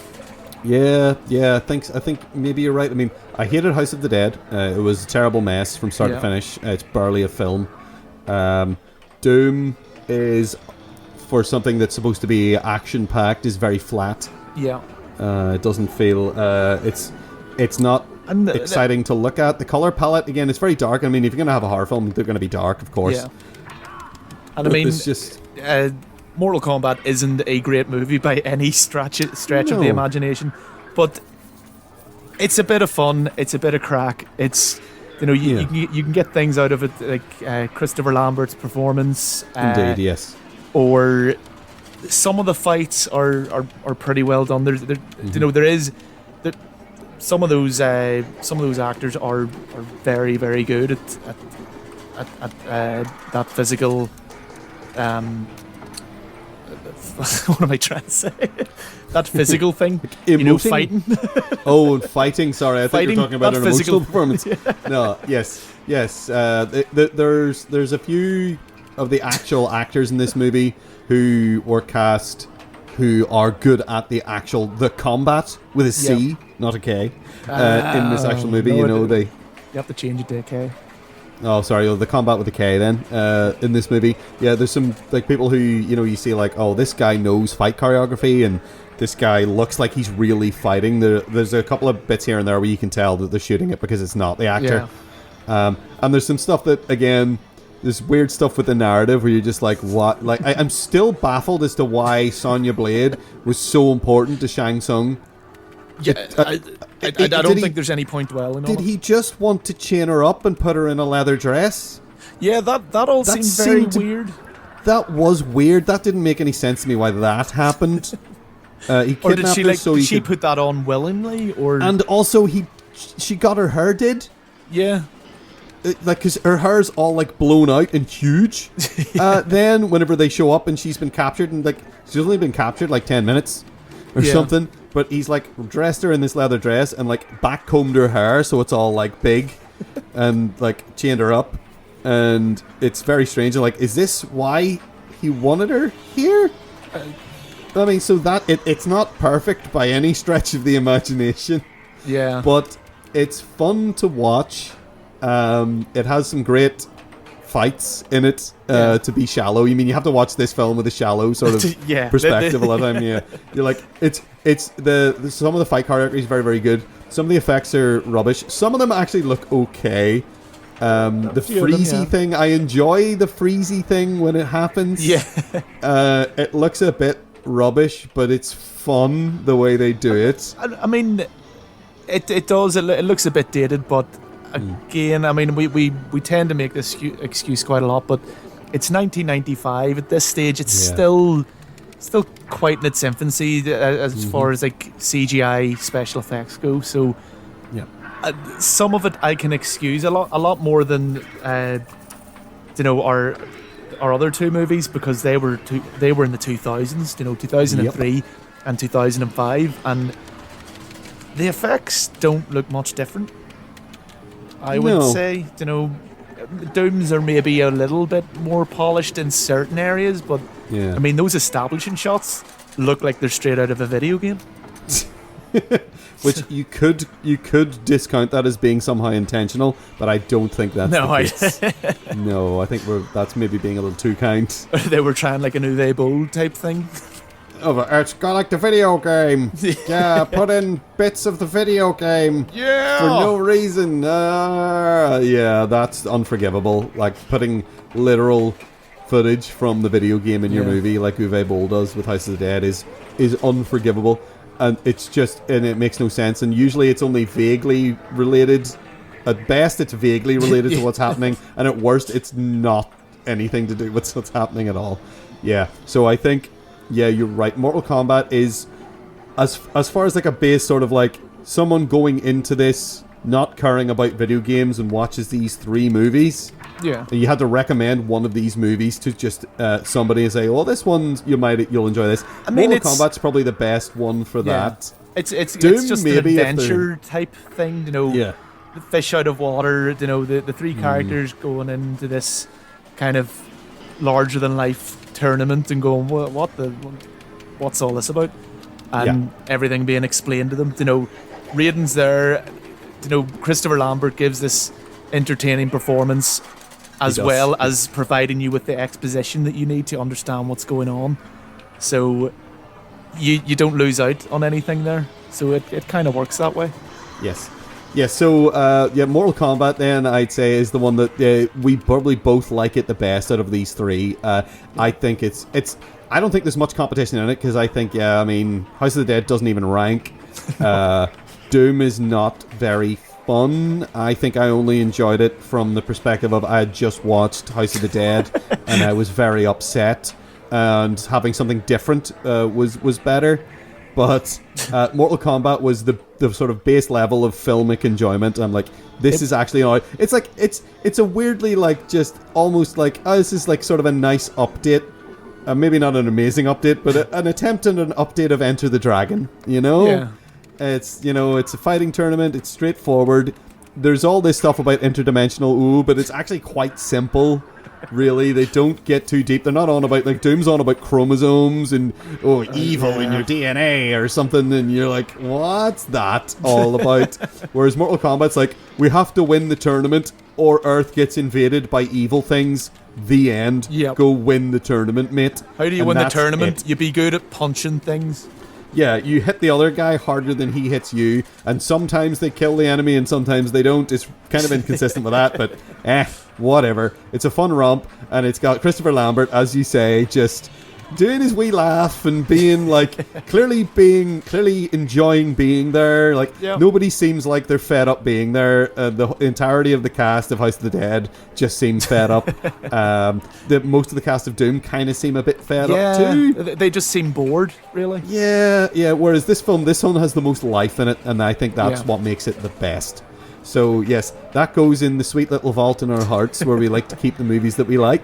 Now, which of these movies do you think helps us understand video games, or at least is the best example of the content of the game that it's based on then? Which one of these is closest to the game? Is it Mortal Kombat again? It has to be, because I think it is. I mean, despite Doom has that first person part in which he's chainsawing the pinky monster and he's shooting various things. Mm-hmm. But that's about the closest thing that movie has to any of the Doom, and there's been multiple games.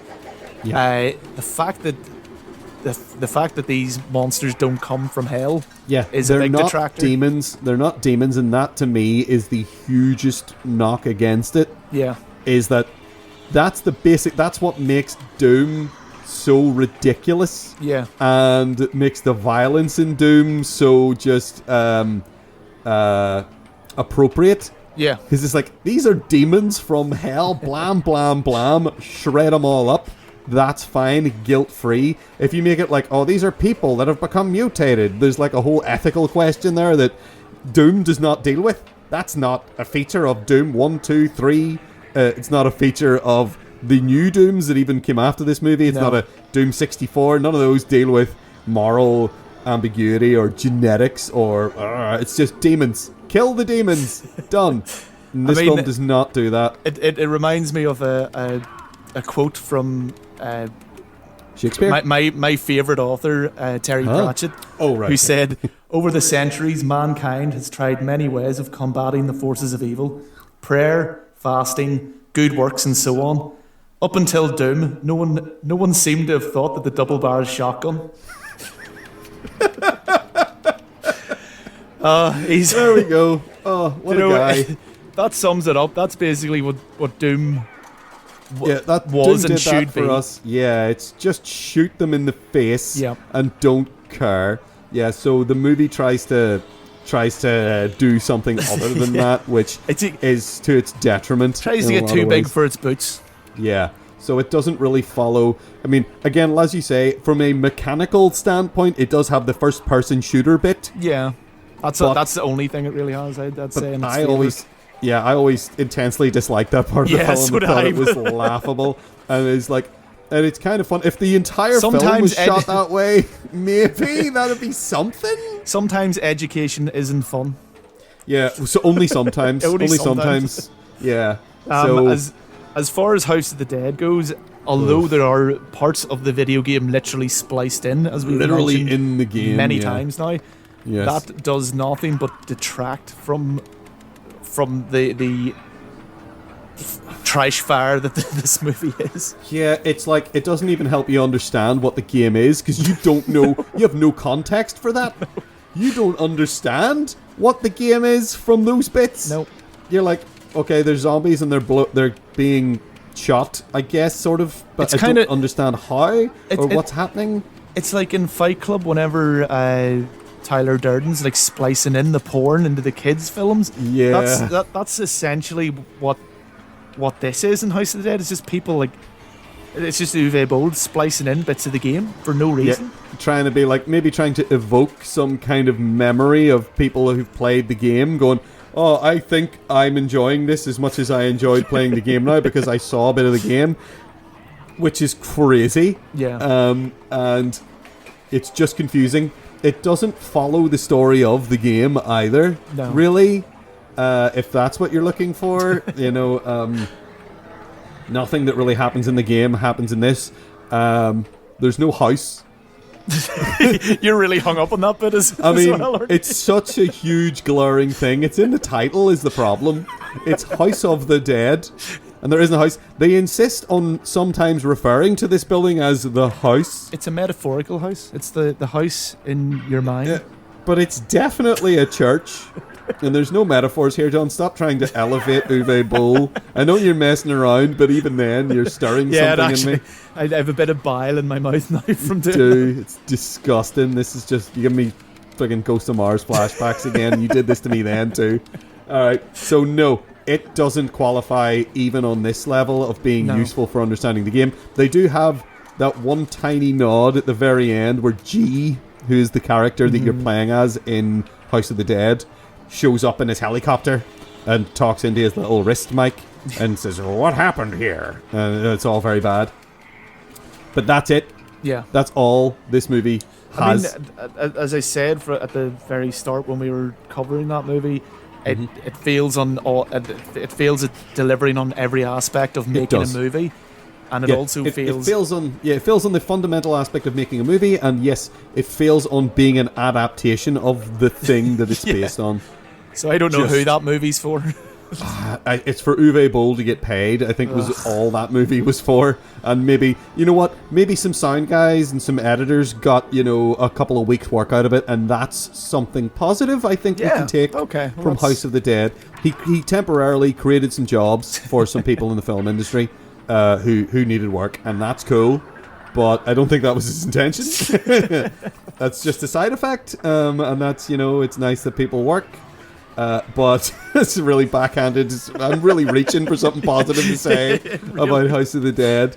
So I'm just going to say Mortal Kombat succeeds, I think, hugely in referencing its source material. Yeah. I mean, the kind of in Act 2, say, and kind of the whole middle part of the movie, you're getting all these different fights. You know, that's essentially what it's all been leading to. So then you've got starts off with Sub-Zero and the expendable dude that we were talking about, and the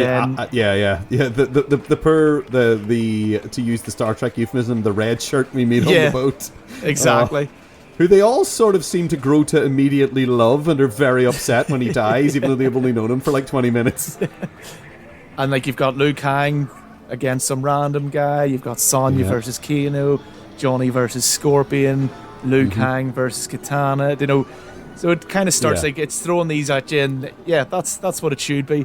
And also it has, when they go to Outworld, if you remember the first Mortal Kombat games, and actually even now, they have towers. That's how you would progress and beat the game. So the very last boss is at the top of this tower. Of the tower. Yes, that's how they represent it. Whenever you're going through each opponent, it is like little. You're going through each level of the tower, and there's a different opponent. There's a different character from the game you fight on every level. Yep. Yeah, that didn't even register with me, but I guess it hit you. It hit me because the camera kind of.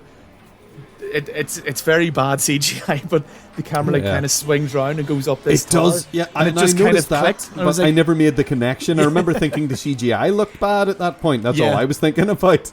See, I think that's the problem is it's the CGI is that distracting that you can be forgiven for missing it. But but that's another point in its favor for being referential to the game and being something directly from the game. Yeah, that's true. And yes, as you say, I mean, the game, especially the first two Mortal Kombats, they're literally just a series of fights. Yes. That's the whole thing. And this film is, once they get to the tournament, that's the middle the middle third of this movie is just that. Yep. It's, here's this fight, here's this fight, here's this fight, here's the people you want to see punch each other, punching each other. This is what you came here for. I will say, I think Scorpion and Sub-Zero get shortchanged a little bit in this movie, considering I would say they're the most popular characters, especially at this time. Yeah, Scorpion's the guy that you put on. He's the one who's always on the box. Yeah, he's on the box. We're on Mortal Kombat 11 at this point, and he is prominently on the box. Yeah. Now again, I'll bring up the fandom because it's a strange and interesting fandom, and some of them really hate Scorpion, and there's a lot of he's very cheap and blah blah blah. And it's fun. Yeah, it's crazy. It's absolutely mental if you go down the rabbit hole with it, and then there's a further rabbit hole that has Melina kind of basically porn. It's very strange. Is she the monster lady? She's the monster lady. She's the monster version of Katana, isn't she? Yeah. It's very odd. Yeah. Okay. But you know what? I'm going to advise people, well, unless that's your thing, whatever. Well, each to his own. I don't mind. But, maybe if that's not your thing, don't go down this rabbit hole. Stay outside of the rabbit hole. Enjoy it on a surface level and move on. Because maybe that's the best. And I think we should now find out. So who would your main be in Mortal Kombat? Oh, Scorpion. Scorpion, definitely. Because I'm cheap. I'm cheap. See, my one used to be Sub-Zero. In the first game, it was definitely Sub-Zero because the version that I played of Mortal Kombat, the first one most, was the Master System version. Oh. Which is the base version. It had a character missing because they couldn't fit it on the cartridge. Yep. There was no Kano in it. But when you could just freeze people.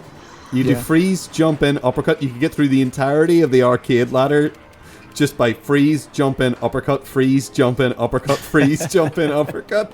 If that's how you wanted to play the game.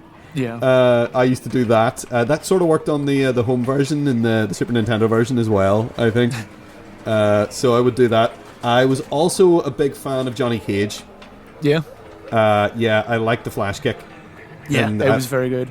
Yeah, and whereas the instructions for that were always like, you only had the 2 buttons on the Master System, there was punch and kick. Yeah. So, which is why in my head, that's back, forward, kick. I'll never forget how to do a flash kick. I'll always remember, or the shadow kick, rather. Shadow kick, yeah. Flash kick is, that's Guile in Street Fighter. That's the flash kick. Well, and I mean, that's the thing, that, we both instantly went for Scorpion and Sub-Zero.